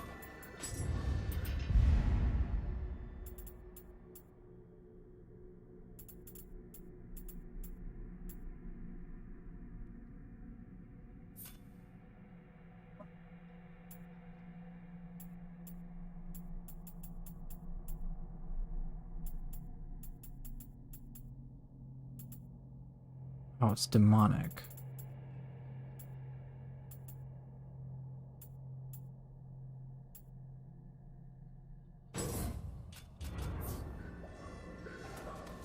Right, that's like, you had a very humble perspective. And that's great. I'm like, I love that. You weren't like, no, my way is the right way. I don't give a fuck what this other person thinks. I'm just like, okay, well, then why, we're not really having a dialogue. You're just trying to prove yourself right. But what do you need me for? You weren't like that at all. So I was like, cool. This will be a great talk. And I obviously struggled with some points, and then other people pitched in, and it was a good time. 10 out of 10 would do again.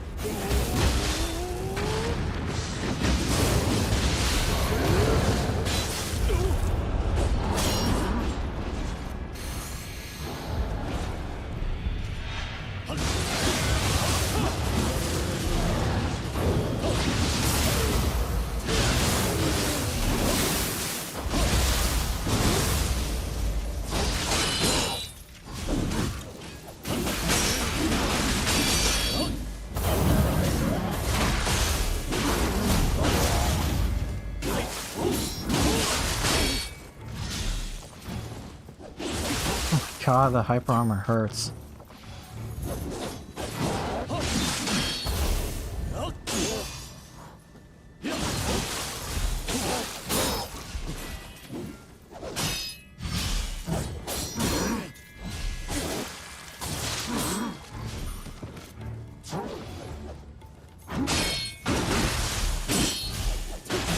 Jeez.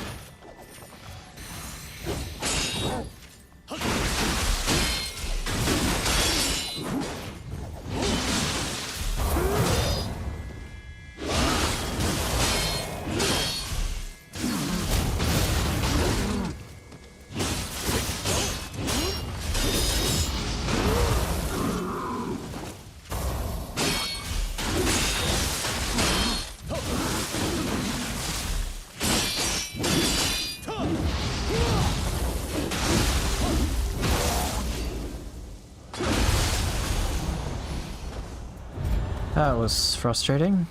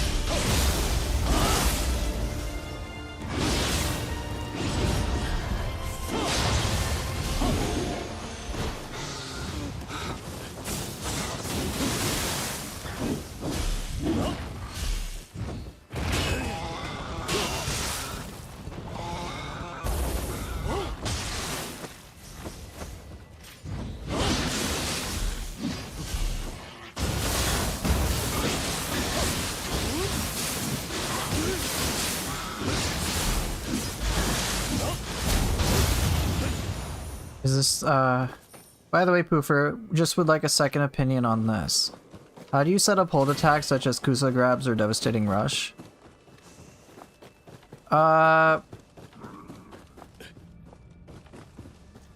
Usually if I find myself backing away really quick, or if I'm creating some distance, then I'm already planning that, like, hey, when I'm jumping back, for example, now I want to dash in. That's usually it. It's part of some sequence.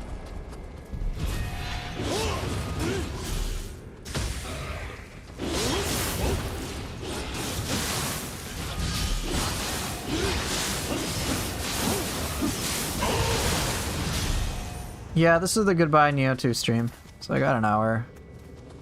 Yeah, like after Swallow's Wing, then I might do a True and Through.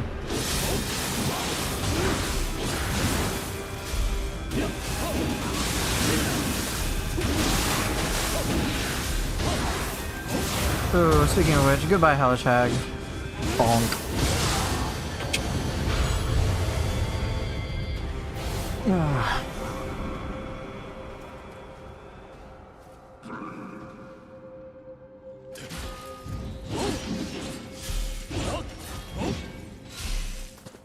So, like for example, with, like here, this will cover it in principle with Split Staff.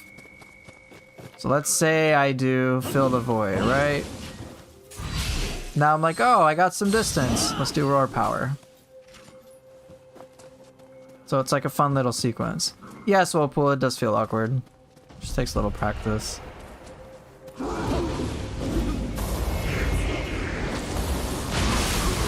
Shit. Oh god, I almost got obliterated by something.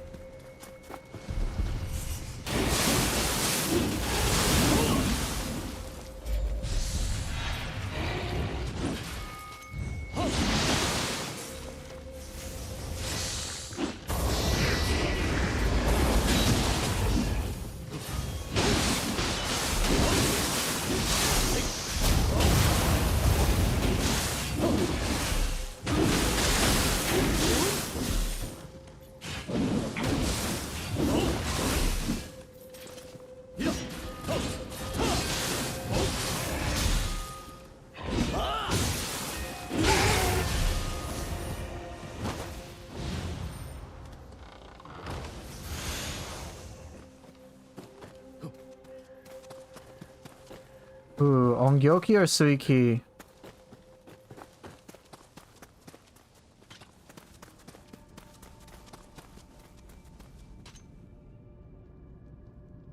I can at least get the shortcut.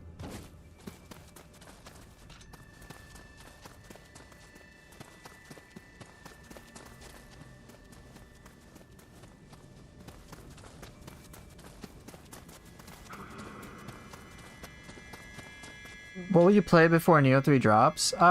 So Shark Zoo, I'm considering Ninja Gaiden 4.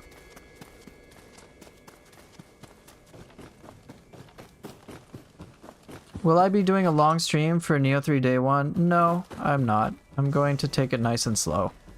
Not 24 hours. I'm gonna pace myself. On average, just whatever streams I do, 3 hours a day. I don't want to, like, binge it. I want to enjoy it every moment. Oh, I guess this does lead me to Ongyoki. Okay.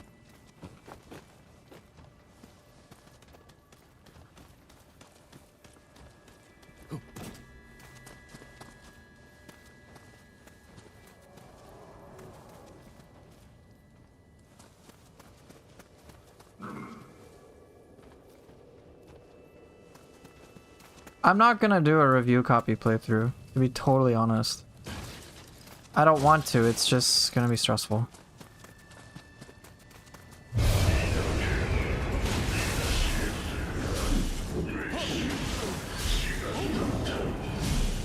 Oh, that's cute, you got clones? I got Big Stomp.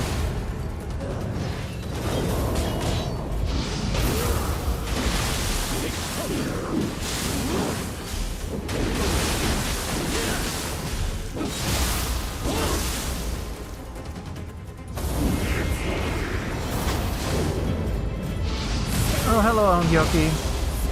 I got Big Bonk. Here, I got Big AoE. Oh, you wanna do that? Yeah, me too.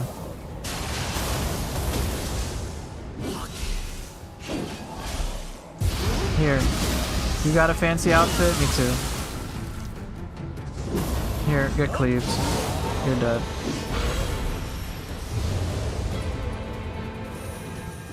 Your soul is mine!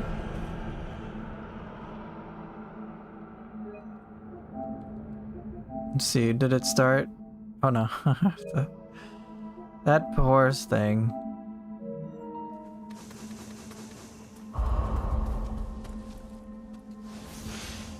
What if he reappeared for phase 2? Well, he's dead. There's no what ifs about it anymore.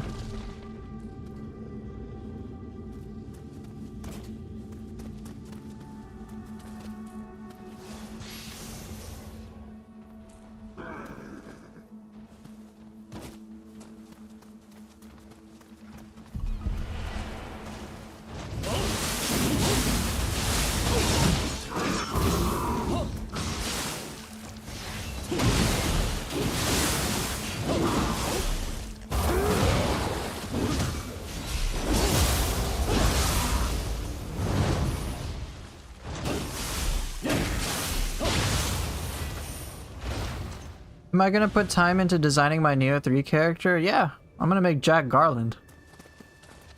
100% Jack Garland. Avernus, that's mean. You called me Poofy. I'm not Poofy. I thought about doing a hardcore challenge like ages ago, but not interested. Did I get to try Split Staff in your time playing 3? No, it wasn't in yet. That and the Switchglaive weren't put in that demo I played. In the end, in the depths of the dungeons, it all comes down to 1 point of health and repeating 1 or 2 hits because any damage is fatal in any case. Yeah, the depths of the Underworld kind of were frustrating like that.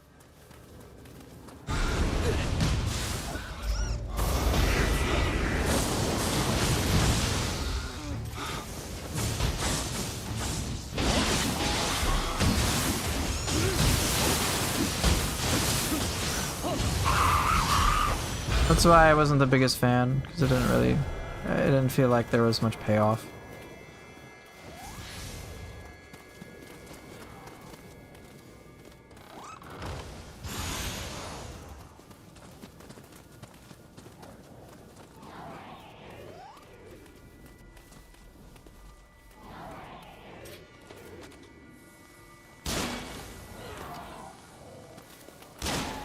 God damn it, I can't hit that? For real?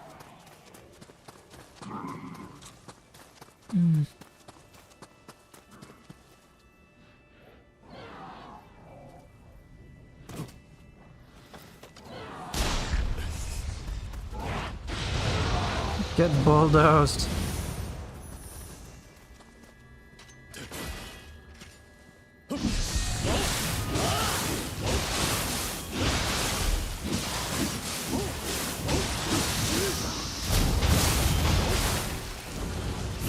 Why not? Because it's boring for me.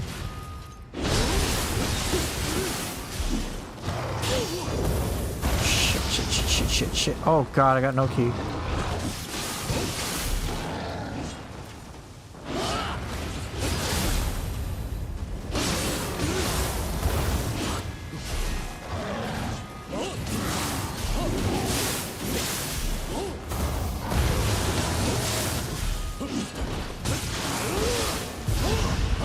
Oh, get out of here. Okay, goodbye.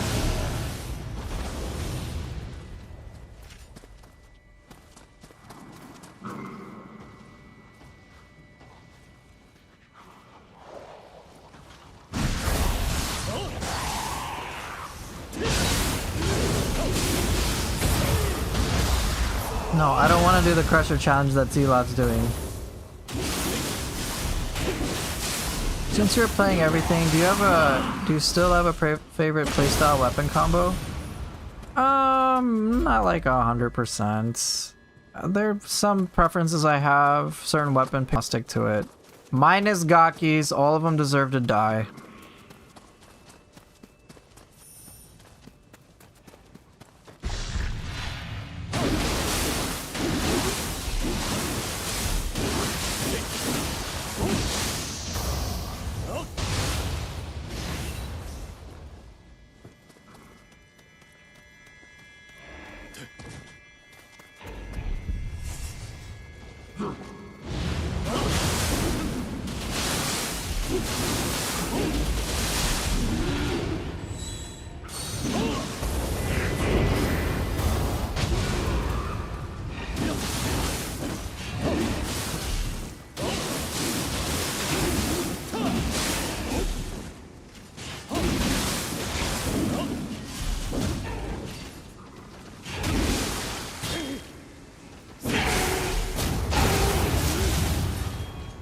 Pooper, cheers from Brazil. I'm a big fan. You have over one. Okay, hold on. I need to. Shit. Oh, no. We're not doing this. Oh, God. Okay. Hold on.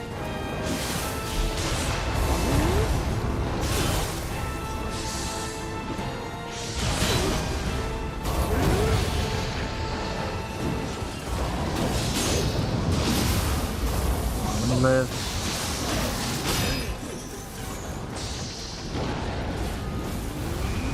Okay, should be good now.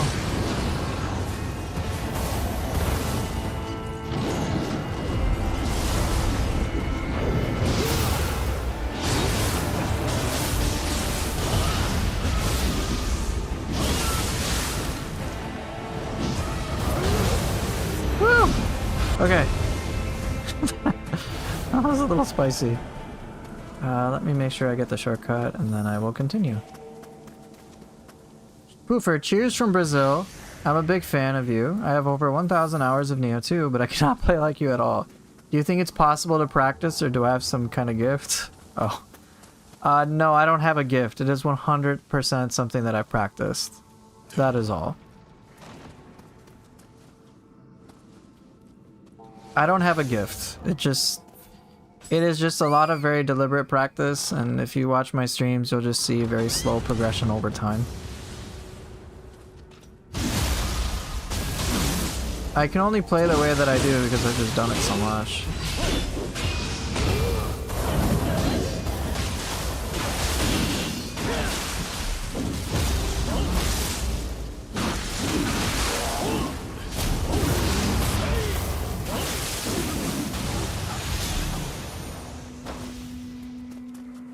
But when you play Nioh 2, and I'll talk about this when I make my Nioh 3 Academy, because I'm just working on that, slowly drafting out. It's just, I was working on some script stuff for like, hey, before you play Nioh 3, get used to this. One big thing is just like how to practice in a way that's meaningful and not like a waste of time. Whoa, whoa, get away!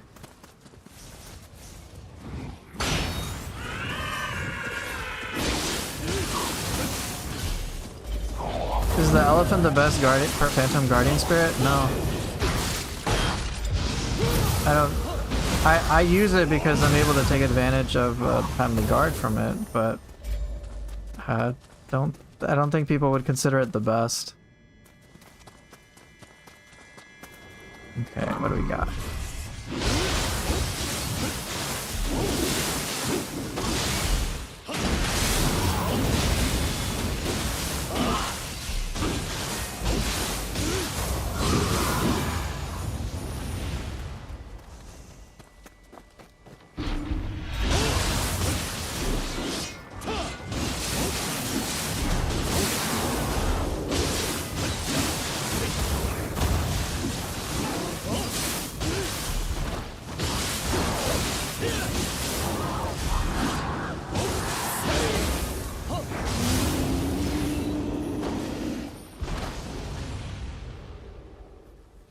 That poor karaoke.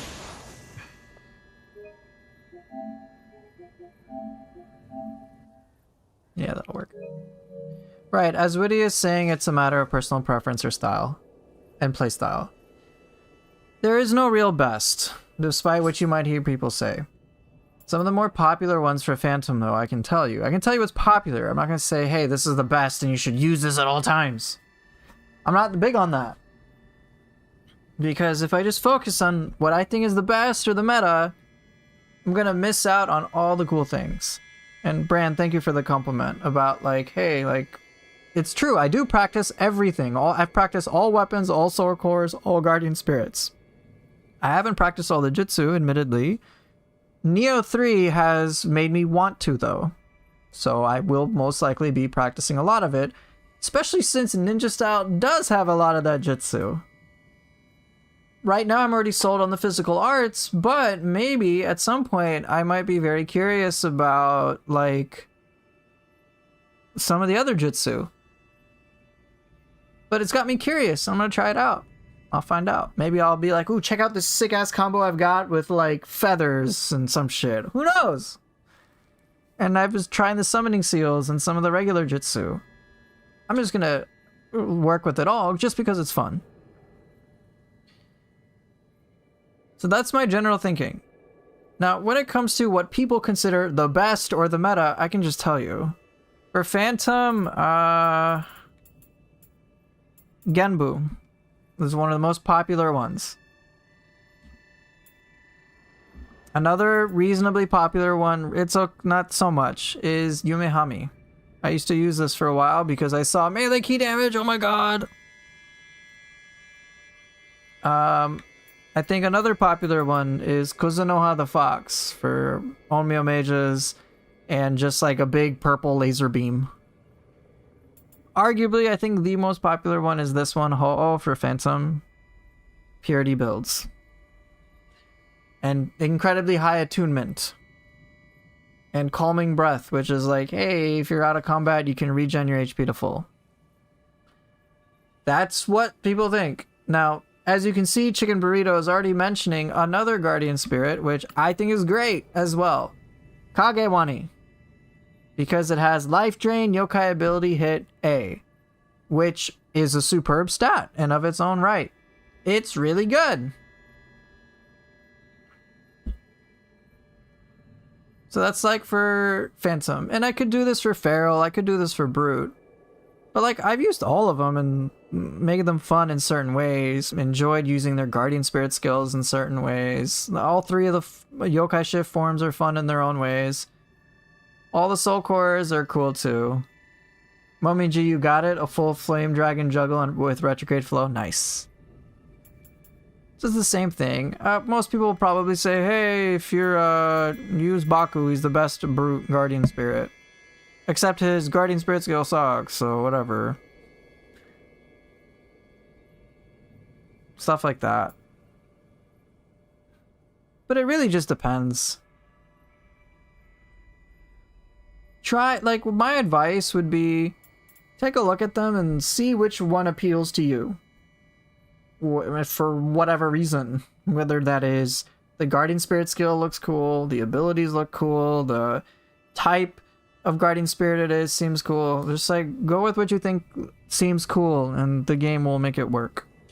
And you can make it work, more importantly. With just enough time and practice, you'll be good.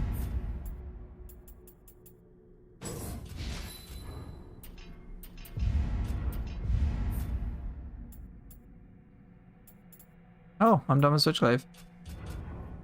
Switchglaive and Tonfa are done. Okay.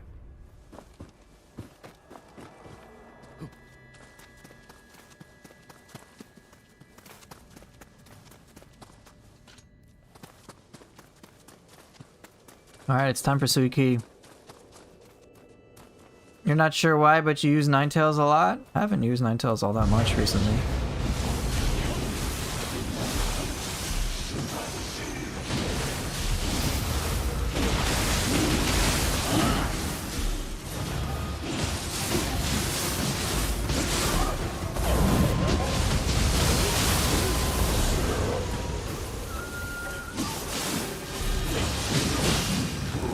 Oh, that move hurts so much. That's the thing that fucks me over every time.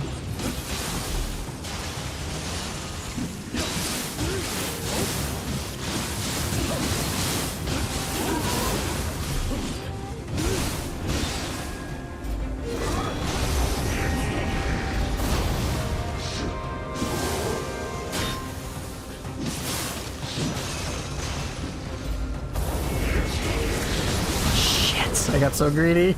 It's so pure greed. Just out of curiosity, if you had to optimize your stats for your preferred build, what would I do? I'd probably just get ultimate skill and strength, to truth be told. That would be it. Just ultimate skill and strength.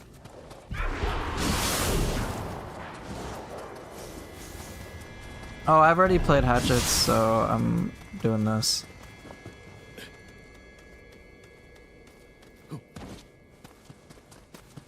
Oh, I missed the shortcut. Oops. Oh well.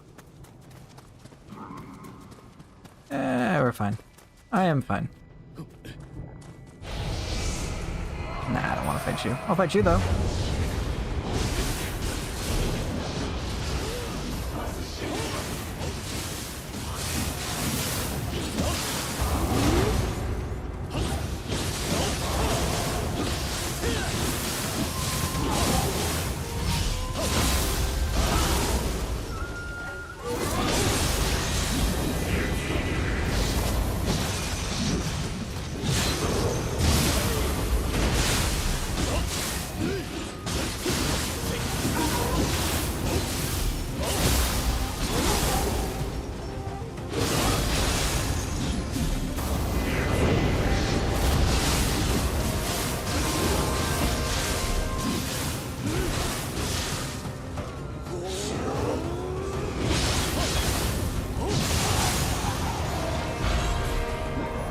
It could have been more fun. My item box is full. Oh, is it now?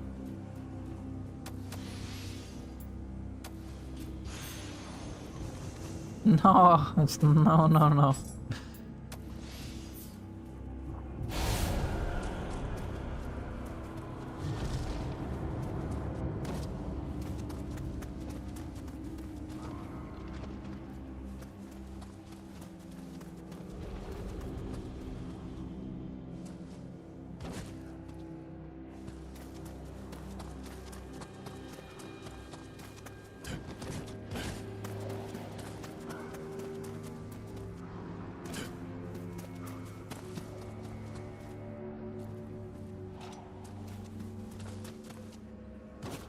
Yeah, I might need to get rid of a few things.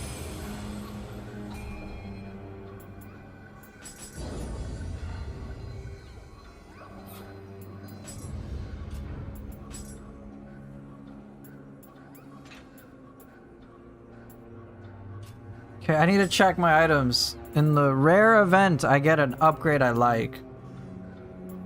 I think it's a bit late for that, though. What do you guys think? I just might be a little late, bro.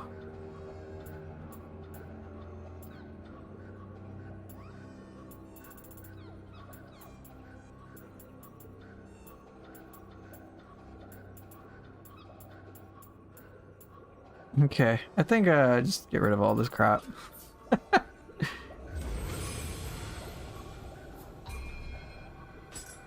Goodbye. Cool.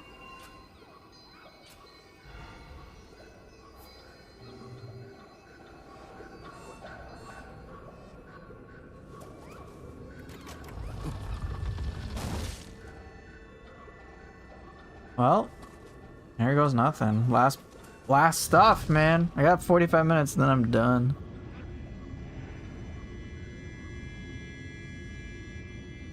Just taking my sweet ass time here.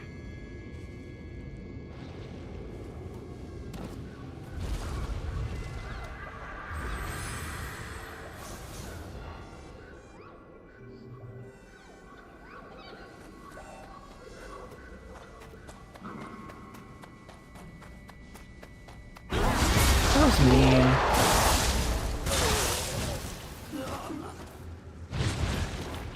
Alright, see you later, Wolfie. Or Wolfie, not Wolfie. Thanks for dropping by.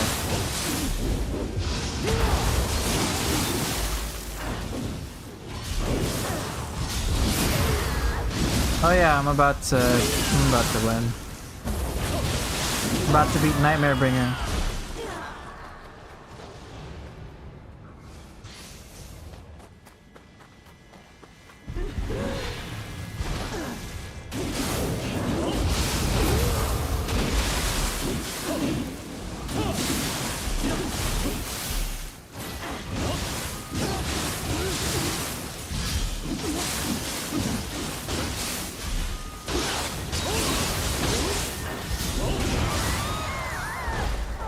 Yeah, I'm very curious why they put Noreonas here. Like, what's the reasoning? Not saying it's bad, I'm just like, why do you put it in here?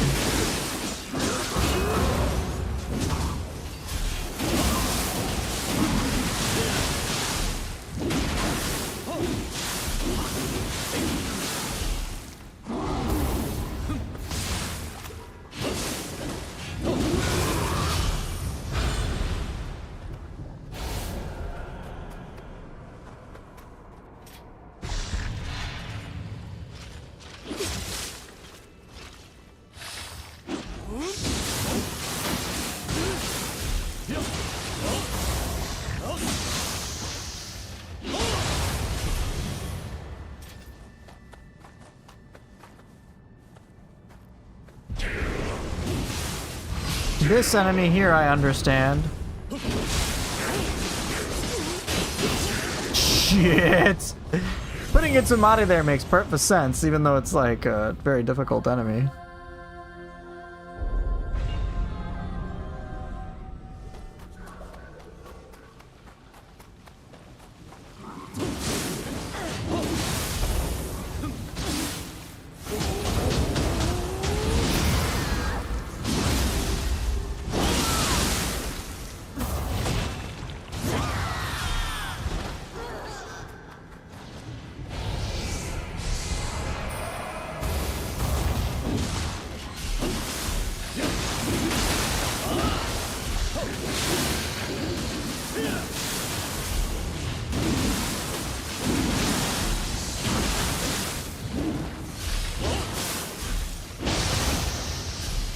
If you guys want, I can use a different weapon for the final boss fight.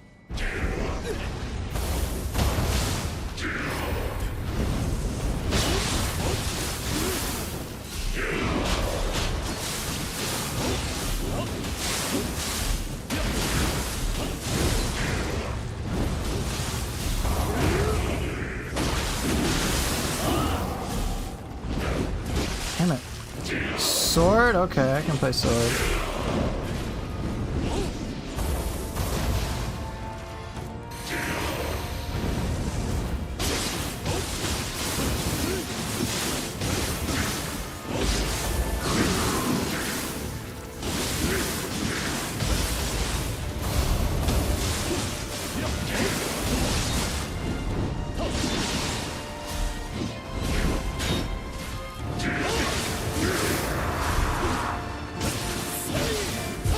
Sword fist? Alright, well, you got it.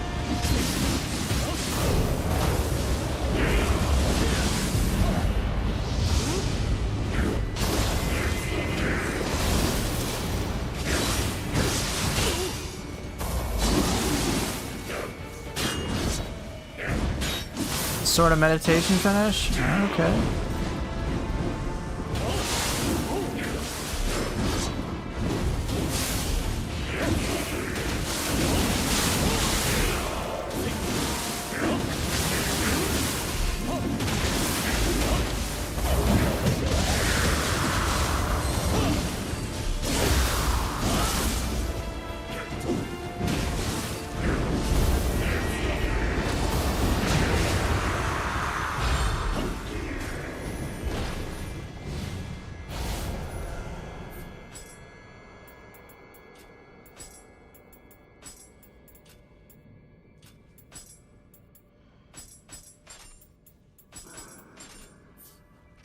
If only I had the dragon sword, right?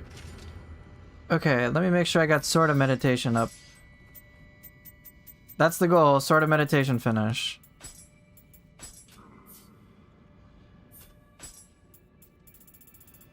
Let's see, can I give it more damage? Damage boost.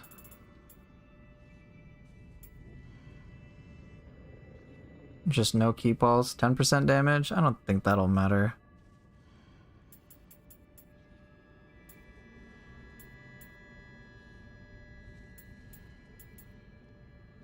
I'll leave it.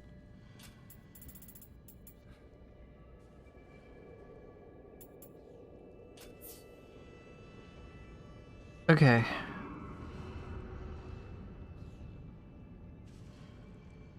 Yeah, flash attack does count as an active skill. Alright, here we go! Nightmare Bringer, this is it! Almost done.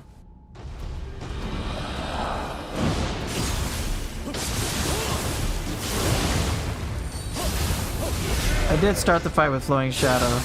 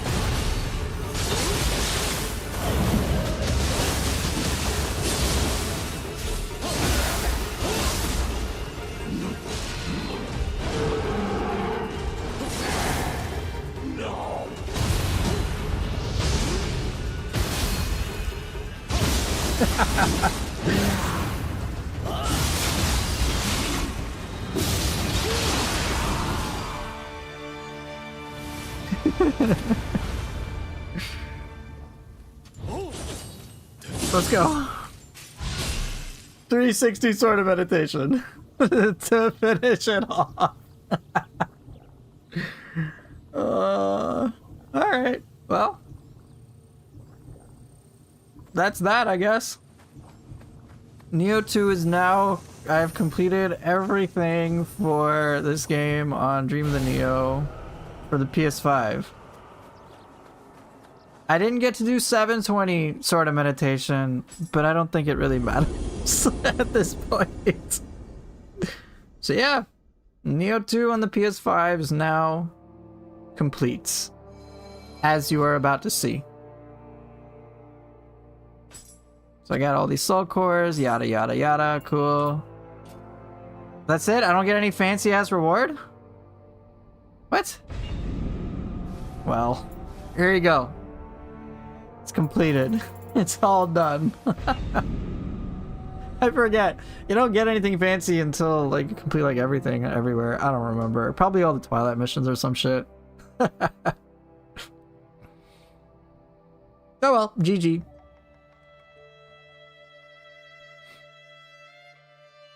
So that was Nioh 2. It looks like a decent game. Yeah, it is decent. There's some playtime possible. Time to start on PC. Yeah, you might have to check it out.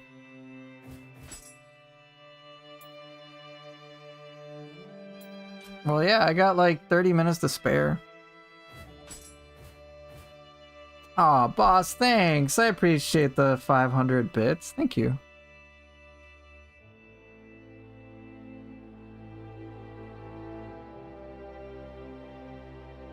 Looks like I have to get the platinum trophy now. I don't think I want the platinum. Well, okay, everybody, enjoy the rest of your lives. Yeah? Let's see what other fancy loot I got. I don't think I got anything, like, cool, I guess.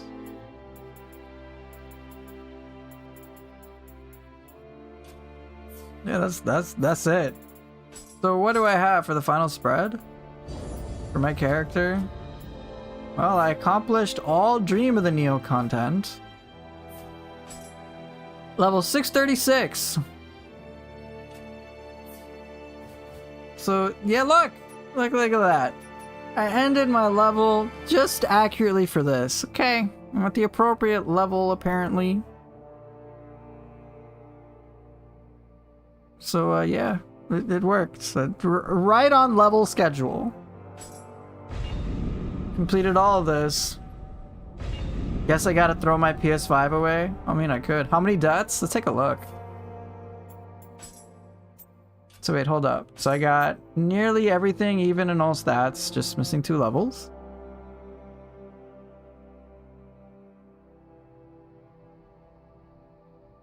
You need all stats or 85? Nah, man. I'm gonna leave it incomplete just to piss you off personally.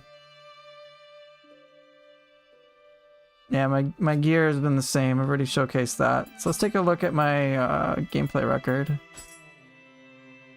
Damage? Okay, that's not that. Alright, deaths. 515. 515 deaths.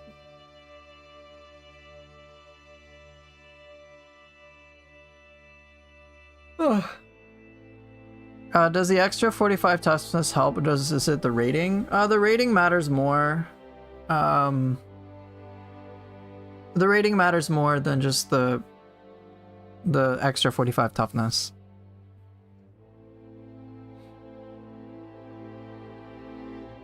And somehow 777 HP. It's because a lot of my equipment pieces had like a life bonus, just because I only had like 1 piece, and that was about it. Yeah, 515 deaths. I used a bunch of elixirs though, but that was just to make life easier. Times bonded with Mujina? 0 times. Just killed everyone. Looks like I used Phantom the most, then Brute, and then Feral the least. Yeah, I didn't use Quick Chain Scrolls. 0 enemy defeated barehanded? Nah, man, it's fine. I haven't sold items, really? I didn't even remodel my equipment.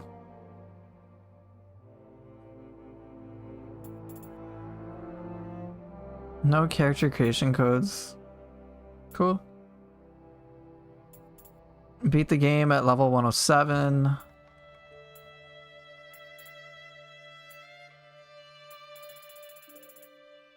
Cool.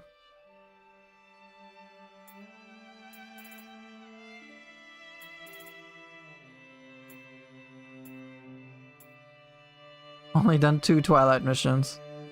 The Mujina stat is shameful? Yes, it is.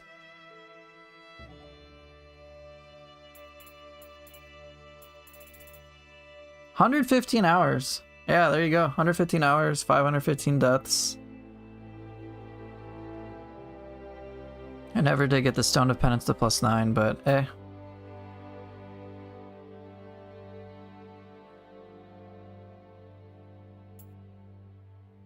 Dream of the Nioh completion, of course. Underworld, I didn't even bother. Just because fuck it, I don't want to deal with this shit again.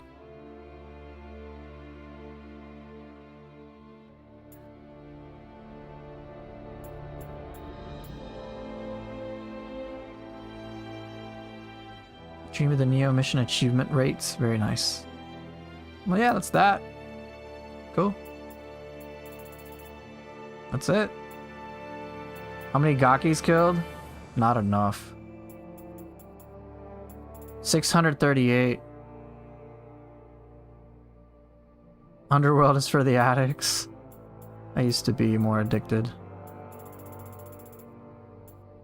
Yeah, that's it. That's all.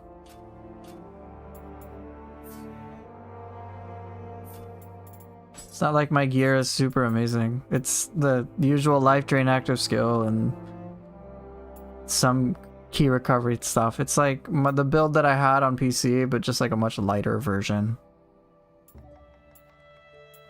4-piece Ame no Uzume. That was very handy, of course. I got 3-piece Izanami. But like all those finer things I'm missing altogether. There are some really good things I did get though. Like this is a pretty lucky helmet I got. Yatamira Yasakani. I do have like roughly 40%. What are my stats all in all?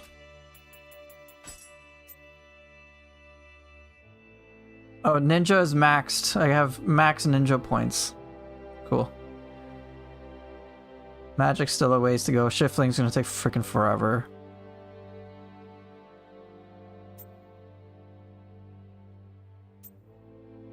Okay, let's see. Stuff that would be more meaningful.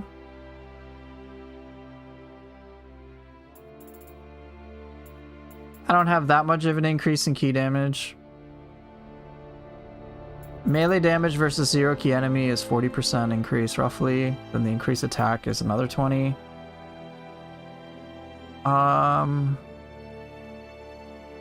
Damage taken over time minus 111%. That is the ultimate thing right there. Anything? Okay, let's see my anima bonuses. Those are more impactful. Anima charge melee attack, that's always a big one. Anima charge strong attack, eh. Grapple is nice. I mean, it just depends what I have equipped. It's alright. It's not like superb. Anima charge being plus 15% is a big deal though. Guard key recovery 45%, that is a big deal.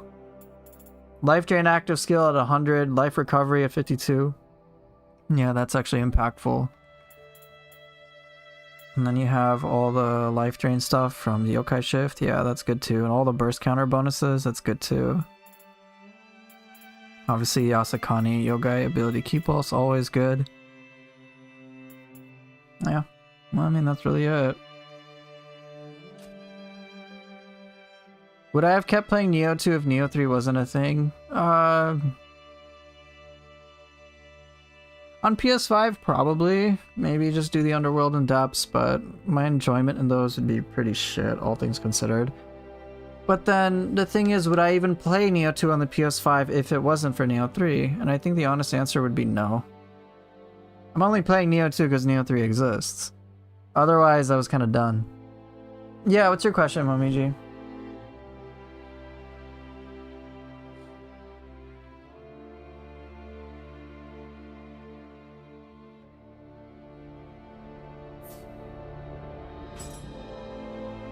You can chill at the interim. How do you get more Tengu fans since Neo Tengu gives the untouched fan? Can't you craft them?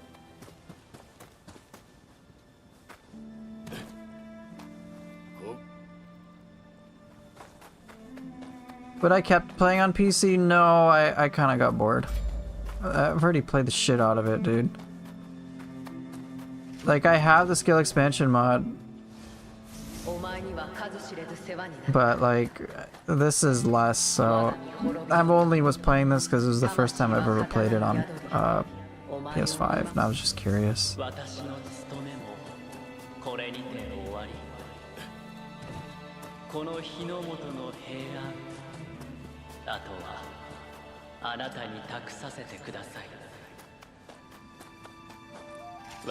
Alright.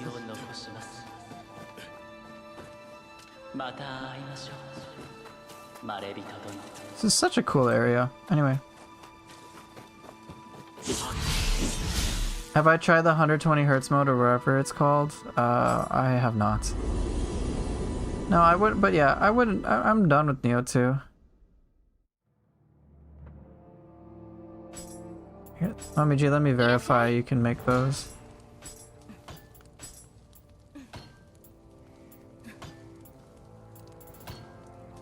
Right here, Tengu's fan.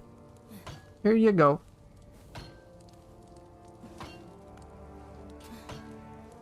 Wolong next, or maybe Stranger. I think I'm gonna go back to Ninja Gaiden 4. All things considered.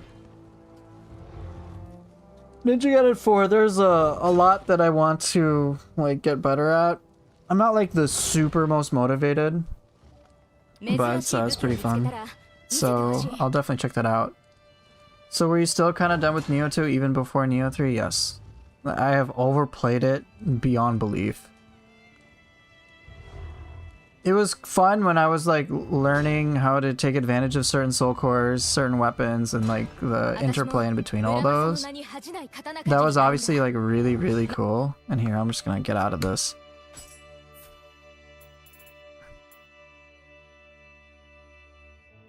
Does stick pot prevent... Yeah, go ahead and try that, Momiji.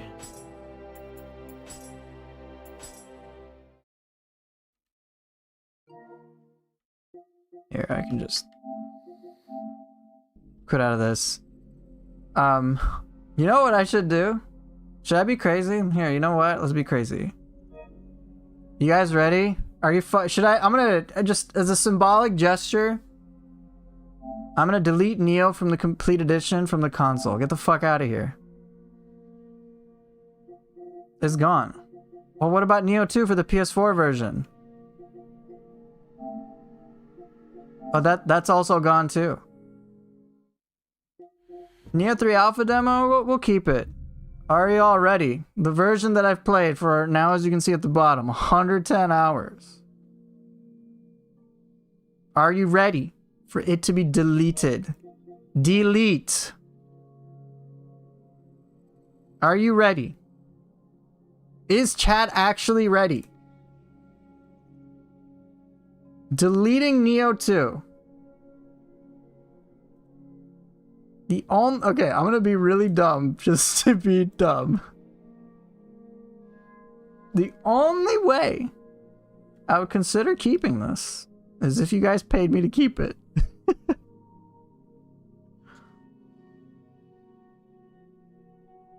Don't do it, bro. This is messed up. You can handle it. Hello, Poof. Started Nioh 2 recently. Frustration period almost over. Please, is it good to level a skill stat for dual swords, or should I spread a little? You know, curiously enough, Martian, I just posted a YouTube video today, which can not only answer that question, but something a little bit more in depth about builds, the equipment you should keep, and stat distribution. It's about 2 minutes of your time, so you can check that out for more details. But in a nutshell, basically, all you gotta do is like not worry that much about it. Don't worry about min-maxing. Don't worry about min-maxing. Oh shit, someone is gifting memberships. Is this my bribe to keep Nioh 2? I don't know, man. You're bribing me to keep it? Is that how I should interpret this? You're spending money to force me to keep this? I have to keep this on my hard drive? Or can I just do it anyway?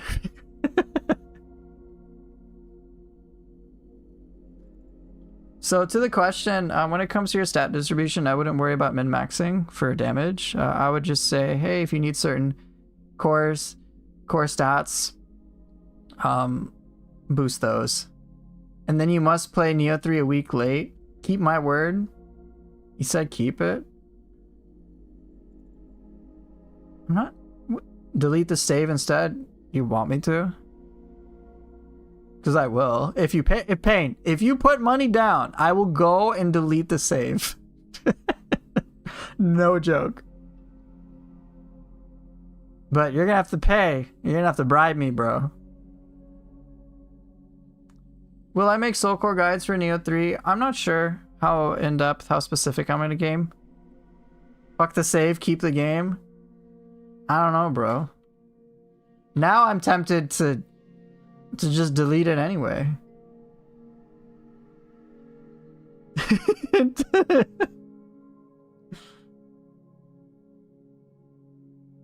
Especially since you say now you must play Nioh 3 a week late. You know what? You know what?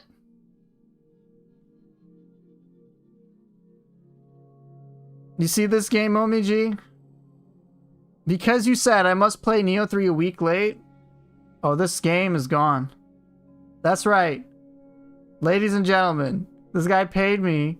He bought memberships. He didn't pay me. He bought memberships for other people. This game, Nioh 2, good fucking bye. Oh, snap! I did it, bitch! It's gone. Anyway, moving on.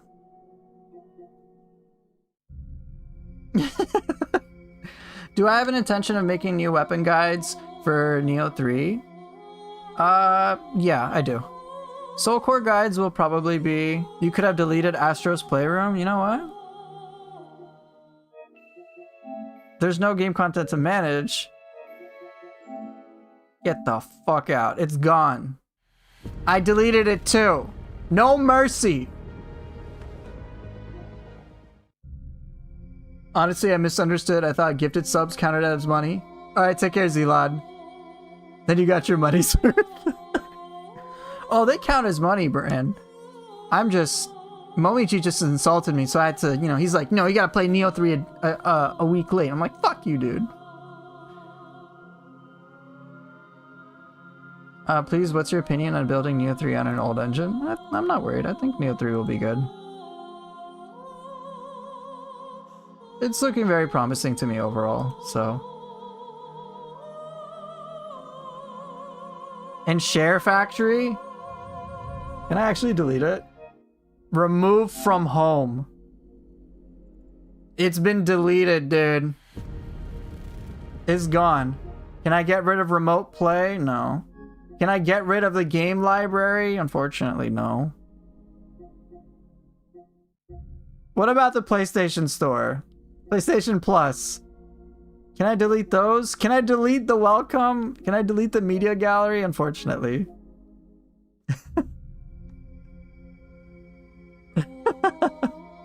Alright, see you later, Zlot. Thanks for hanging out. There you go, Momiji. You got your money's worth. You happy? All your, what, your equivalent of $10, of which YouTube will probably give me like 5 or 6.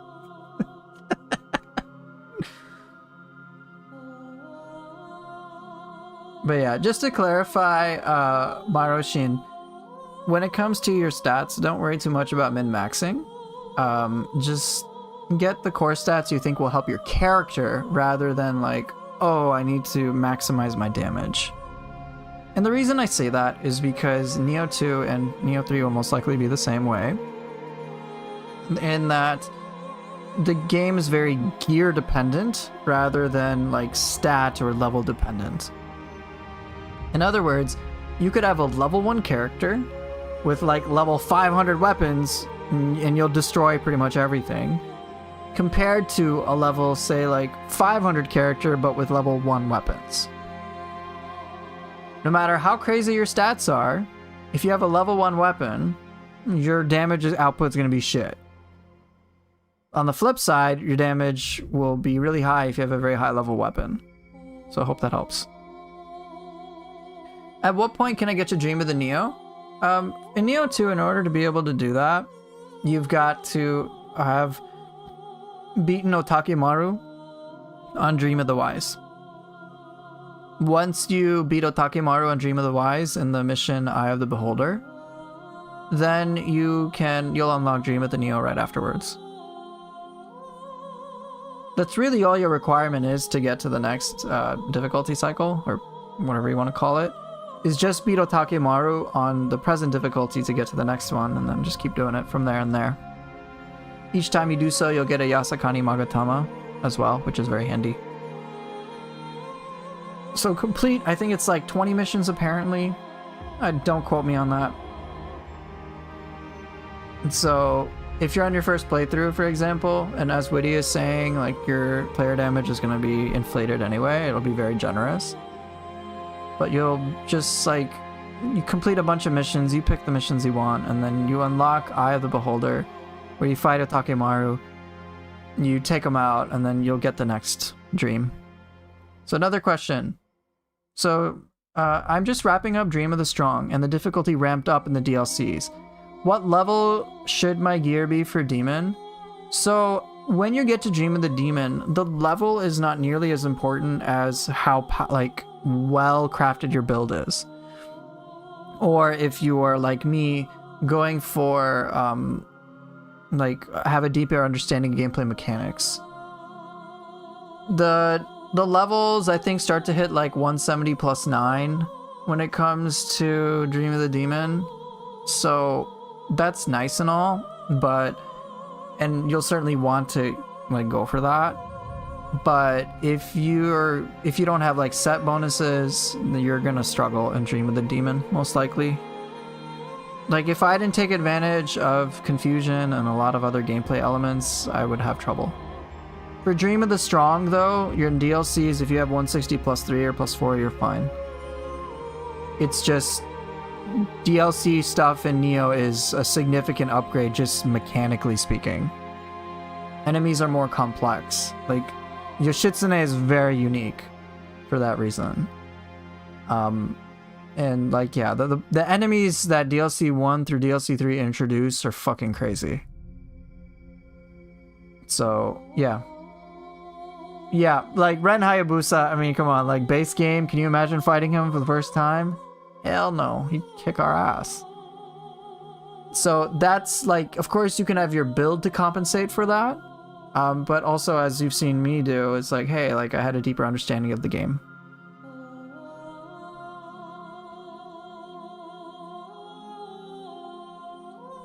Let's hit the level cap in the first playthrough before the final boss. Now we're talking. I'm guessing, Momiji, for Nioh 3, what will happen is that they'll probably cap us probably like level 50 or something. Hey, what's up? Nightmare, good to see you. You'll have to reinstall Nioh 2 in like 1.5 months after Nioh 3 flops. You said it here first. If that happens, I'll say so. You're not expecting Nioh 3 to launch with an endgame, right? That's correct. I anticipate that endgame stuff will come with DLC 2, which is the second of the 2 DLCs. Just as a reference and just a reminder, we're going to get a base game. So we're getting the demo on January 29th. And then the full game will release February 6th, so 1 week after that. And then apparently DLC 1... there's going to be 2 DLCs, not 3 this time, just 2. So DLC 1 is, I think, slated for like September of 2026. And then DLC 2 was slated for, I think, next year, in 1 whole year. Apparently. I don't know the validity of these dates. Maybe they'll release it sooner. I got no clue. Did previous base games have new game cycles? Yes, but it was for Nioh 2. It was just Dream of the Samurai, which was playthrough 1, and then you had Dream of the Strong, which I think we've all kind of understood to be more or less a victory lap. With Nioh 3, I'm curious what they will do for that new game cycle. Will it be a measurable difference, a unique difference? Or is it just gonna be like more of the same? I don't know. Okay, other questions. Will you pre-order, or am I gonna pre-order Nioh 3? No. I'm kind of anticipating I'll just be given the deluxe edition of the game. I anticipate that. If that's not the case, then I'll just get it. You pre-ordered the standard version. Will there be a season pass? Yes.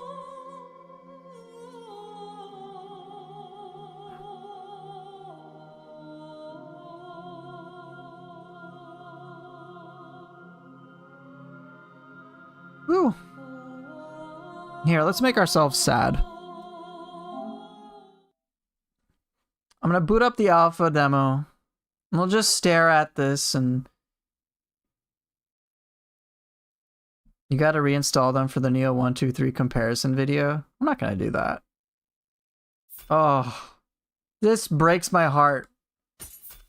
I don't want it to be available for a limited time. Let me play.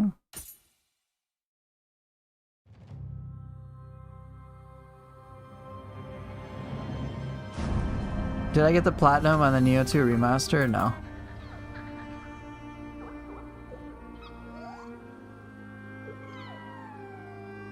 No, this is not Nioh 3.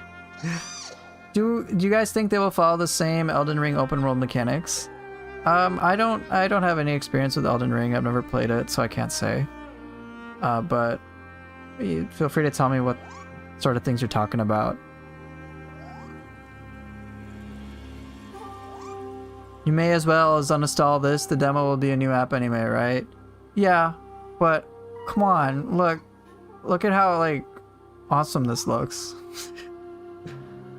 I want this, man. This is my Nioh 3 copium.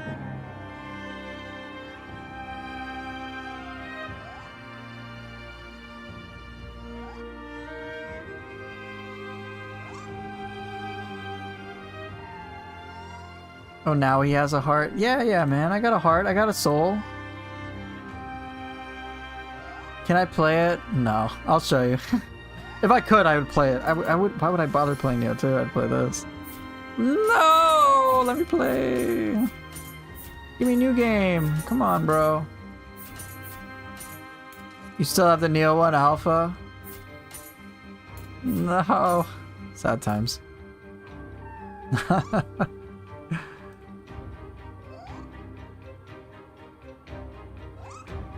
I mean, Soul Core. I mean, that's a good one. Yes, I have the Pooper Llama Soul Cores. Is me. I got a heart. I mean, when they let me in, no, let me in, man. Here, let's just check out the system settings. Configure controls, bro. I already finished Nioh 2. At least to my satisfaction. I didn't do the Underworld, and I'm not doing the depths. I don't feel the point in doing them. It's gonna be boring for me, so screw it.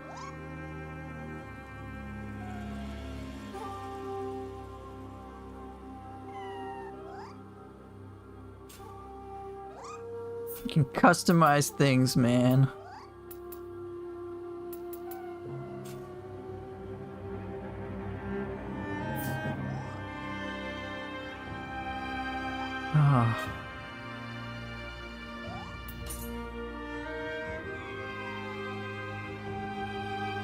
So many useful features. Thanks for all the advice. I'll go finish the game for real this time. And last question, what do you think of Sword Axe? I find it fun. Oh yeah, that's really fun. Am I excited for Ninja Gaiden 4? To a certain level, yeah. There's some things I want to practice and get better with, and I think it'll keep me occupied. Worst case scenario, I have other games I can play on stream. Or like maybe I might just take a break, if all things considered, and then just come back when I can play Nioh 3. But yeah, if I like really get bored, I could just like go buy Stranger of Paradise or some shit. Like if I had to play another game, I'll play Stranger of Paradise. But yeah, otherwise that's it. Maybe if we all try at the same time, we can force our way into the demo. I know! Hey, what's up, A-Bod?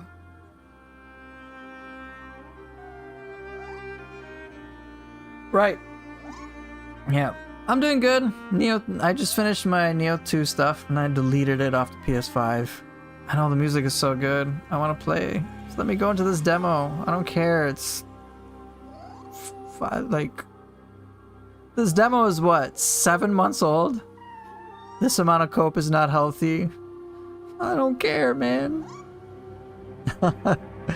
Yeah, see me on the Ninja Gaiden 4 grind. Anyway, I guess Nioh 2 had a good run, no doubt. Here, I can just get out of this.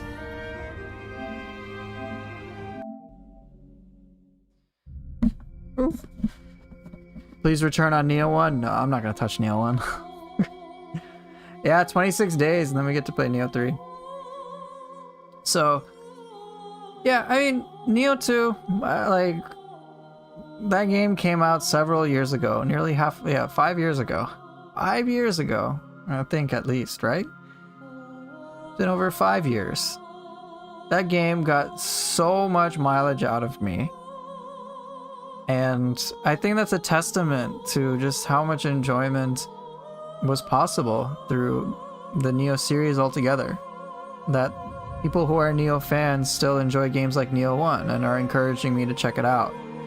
And then Nioh 2, even with me feeling bone dry with it, I still got like a decent amount of... I spent a whole month going through with it. So that there's like a lot that is possible. Now Nioh 3 is coming out. It's gonna be wild. I'm very optimistic about it. So, question. Poof, should I go for any build in my first playthrough? You can, but you don't have to. Did I play first Berserker Kazan? No. I did not. Don't think I will. I think like the only games I would play are Stranger of Paradise and Ninja Gaiden 4. All things considered. That's it. But I'm gonna spend some time with Ninja Gaiden 4. You know, take it nice and easy, take it chill. Even though Ninja Gaiden 4 and Master Ninja is the opposite of chill. Should be a good time though. But oh well. I guess, yeah, that's it. That's a swan song for Nioh 2. What's my favorite death music in the series? I don't know yet. It'll probably be in between Nioh 2 and Nioh 3. I'm considering Stranger of Paradise, but that's like a very much a last resort. Right now, it's just gonna be, I'm gonna go back to playing Ninja Gaiden 4. There's some things I want to get good with before I feel like I can leave it. You should uninstall Ninja Gaiden 4 and then reinstall it before the next stream. Bruh. What yokai do I want to see in Nioh 3 in the main game and DLC? For me, it's Otoroshi. But I'm hoping to see Raijin and Fujin. Isn't Otoroshi gonna be in the main game? Hold on. Let me actually check.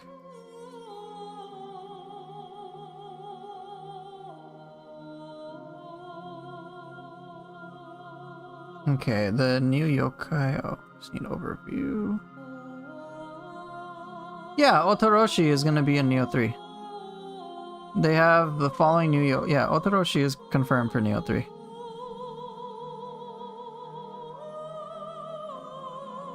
And I think it's gonna be in the Heian era, the Ice Plus, the Ice era.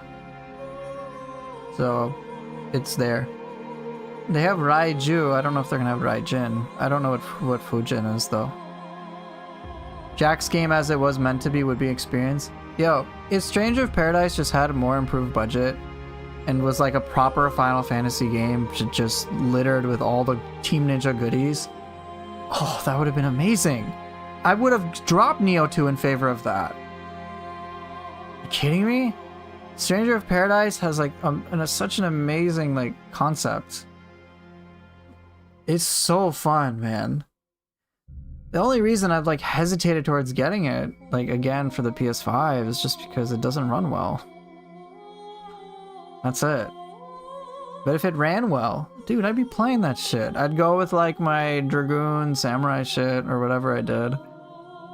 Katana Greatsword and just like destroy everything.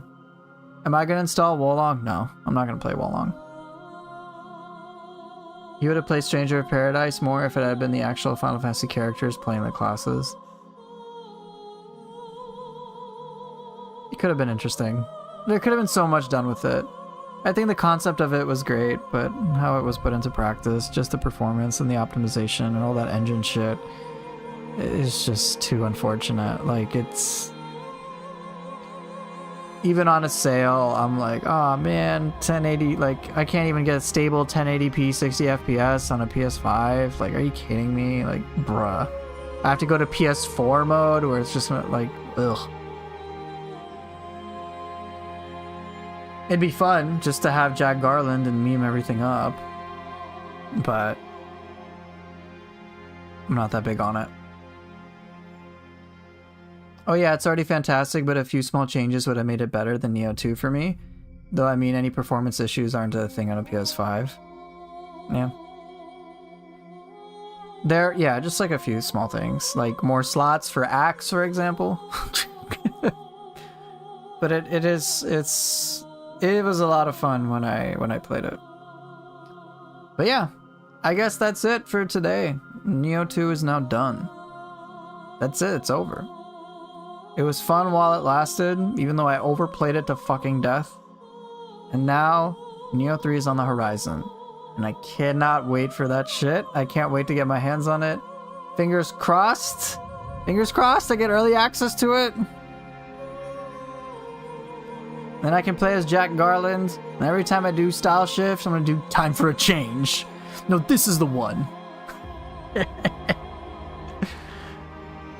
I want to see the like, look, seriously, Jack Garland is probably my favorite Final Fantasy character, period. Go to a boss, I don't give a fuck who you are.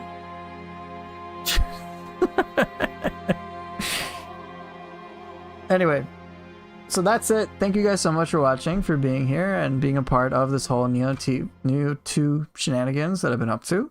And yeah, if you guys are interested, of course, you can pop in for tomorrow for Ninja Gaiden 4 things. But if that's not your cup of tea, then I pretty much will see you all for Nioh 3, which comes out pretty soon.